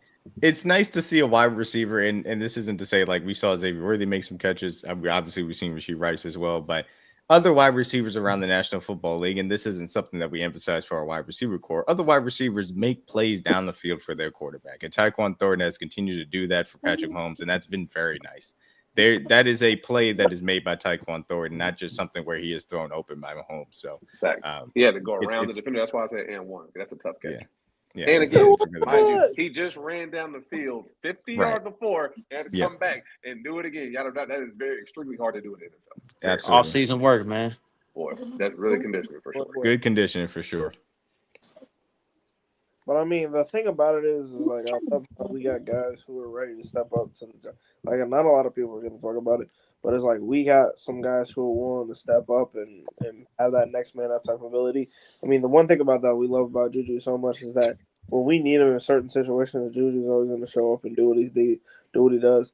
The quote unquote resurgence of Tyquan Thornton can't be talked about enough because I mean the fact that he's not only been like not only just a guy who can be a deep threat, but this is got a guy that Pat can lean on to get those type of catches. I mean the thing about it is like again we're trying to be able to still do what we need to do with 2 of our top 2 wide receivers gone, and being able to watch Tyquan kind of emerge and really put himself in that role. Hopefully here really soon we start to see a little bit more of we start to see some Royals type action. we're going to continuously see Juju continuously be the guy that Pat leans on in the wide receiver room because he's that veteran guy. I mean, it's just, again, Patrick being able to still do what he needs to do with lesser receivers can't be talked about enough. And I think that not a lot of people give him enough credit for that. And I think that it's like as time goes on, when you start to see X come back in the fold, when you start to see Rasheed get back in the fold, you're going to see him get a lot more comfortable. And especially as Josh Simmons gets to get better and better on, and as soon as Kingsley continues to get better and better as he goes, I think that you're going to start to see Pat takes a lot more deep balls. Because, I mean, we've already seen it without these guys. The thought is that he's going to add on even more to it as soon as Xavier gets back. Absolutely. So yeah, man. Let's go ahead and get to the sponsor real quick, and then just wrap this thing on up. Shout out to the good people in Underdog Fantasy. For new users, bet $5, get $50 of bonus credits when you sign up. Download the app on Apple Store, Google Play. Use our promo code KingdomCast all in one word to get that promotion. Sign up. Again, Underdog Fantasy. Shout out to those good people. Sit your $5 ass down Before I make change.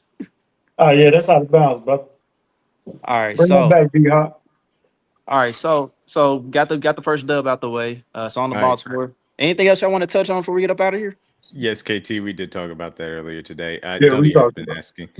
Like I said last week, Harrison Butker is making too much money as the highest paid kicker in the National Football League to continue to miss kicks. I don't know what the issue is, but it has to improve. It's unacceptable the level that he's playing at, both obviously from the extra point perspective and the field goals that he has missed. He has to get better. There is no two ways about it. Otherwise, he will cost his team points, and they can't afford to give away points. The other thing I'll mention, and this got pointed out today, you've seen across the National Football League and specifically in that Rams-Eagles game yesterday, both kickers were hitting some of the line drive kicks to be able to give the return teams issues on the kickoffs because of the way the rules are set up and the ways to be able to execute that. Harrison Butker hasn't done that once. I don't know what he was doing during the offseason. Obviously, it involved a lot of other things than football. The fact that he did not prepare properly to try and do some of those things as far as the kickoff rules are concerned is also a letdown for how much money he is making, because that is easy yardage that you are saving your defense by being able to put the coverage in a better place. Unacceptable as well. So not only is he currently getting a failing grade from me as far as the kicking aspect of it, of converting his kicks, he's getting a failing grade from me from being able to be effective on the kickoffs, in which he could have gotten better and didn't. So Harrison Butker, I'm calling you out because you got to be better on both aspects. I don't expect you to get better on the kickoff thing. It seems like you're probably just going to be resigned to pooching it down there. And I'm not saying it's a massive problem, but it's a place that it could be better to save the defense some yardage. And he just isn't. But you've got to fix the field goals. You just have to. And that's great attention to detail right there on the kickoff. Yeah, and like we said earlier when we talked about it, you can't rush on the field with 8 seconds left and nail a 54-yarder, and then just walk on the field and miss a 54-yarder wide. You can't do that. You can't be both, Harrison. So get it together, bro. It's you can't have the skill to do that and then also kick like that. You can't do both of those at the same time. Bateman touchdown, baby. Let's go. Called it. Yeah, fantasy team. I think that the number one thing about it is Harris. Like I told CJ when it happened, I was like, bro, how is it the fact that he can nail the tough stuff, but you can't do the easy stuff? Like, it wasn't a long kick. The one that he missed, like, you're on the left hash and it's like a 30 or 40 something yard kick. Like, it's not that for his type of stature, it should not be that hard. But for some reason, I don't know if it's because of the fact that it's like, maybe it's because he takes foot placement or whatever the case may be. But it's just, this is not the Harrison Butker that the Chiefs have had for years. Like, this is not the guy. This guy is the guy that we saw people clown Justin Tucker for, but this is not. He's not that bad, bro. Justin Tucker was missing 30-yard gimmies. So I didn't say he's that bad. I said he's showing some of the stuff that people clown Jerry. But I think as time goes on, Harrison just needs to lean on what he knows best. If it means that you got to go on one knee and nail line drive kicks on one knee, I don't give a fuck. But this kind of stuff, like you're off, like even the one he banked in, he's kind of lucky that it banked in because of the fact that it very much so was inches away from being a missed field goal. So it's just like, Harrison, you really need to lock in, or you're going to be putting us in situations where we're going to have to, where normally when we were kicking field goal, we might have to go for it. And we saw what happened with the Giants when they had to go for it. Shit wasn't looking good. So tighten up, brother. Yeah. So CJ, you got anything? No, Sirski. Let's get this money. I do have. Sorry, I know I said that I had one thing and I got two. No, go ahead, bro. I do want to show this play real quick because it was. I have one. Nice little feature. 3rd and 2. Noah Gray isolated at the top versus. Was that a Debo? Or was that Tyler Newman? I think that was a Debo. I'm pretty sure it was a Debo. I think it was a Debo outside.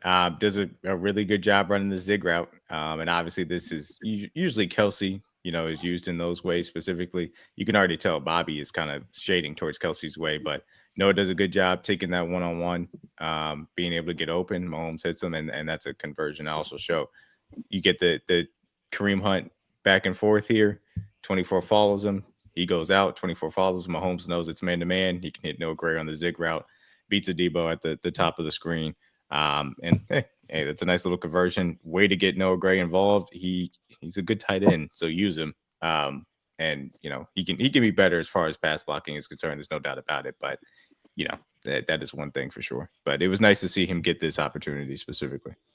Hey, New York, I know y'all like D linemen, but if y'all spend a little bit of money on that secondary, just a little bit.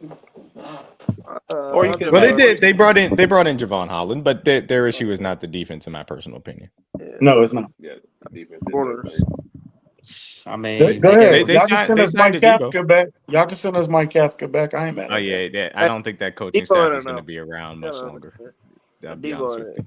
I listen to not Jersey, but really New York radio on a consistent basis. They are calling for Brian Daboll's job, which technically, if Daboll gets fired, I believe Kafka would be the interim, which, you take that for what it is. But I would welcome Daboll or Kafka back into this, Chiefs offensive coaching staff, to say the least. So we'll see. Yeah.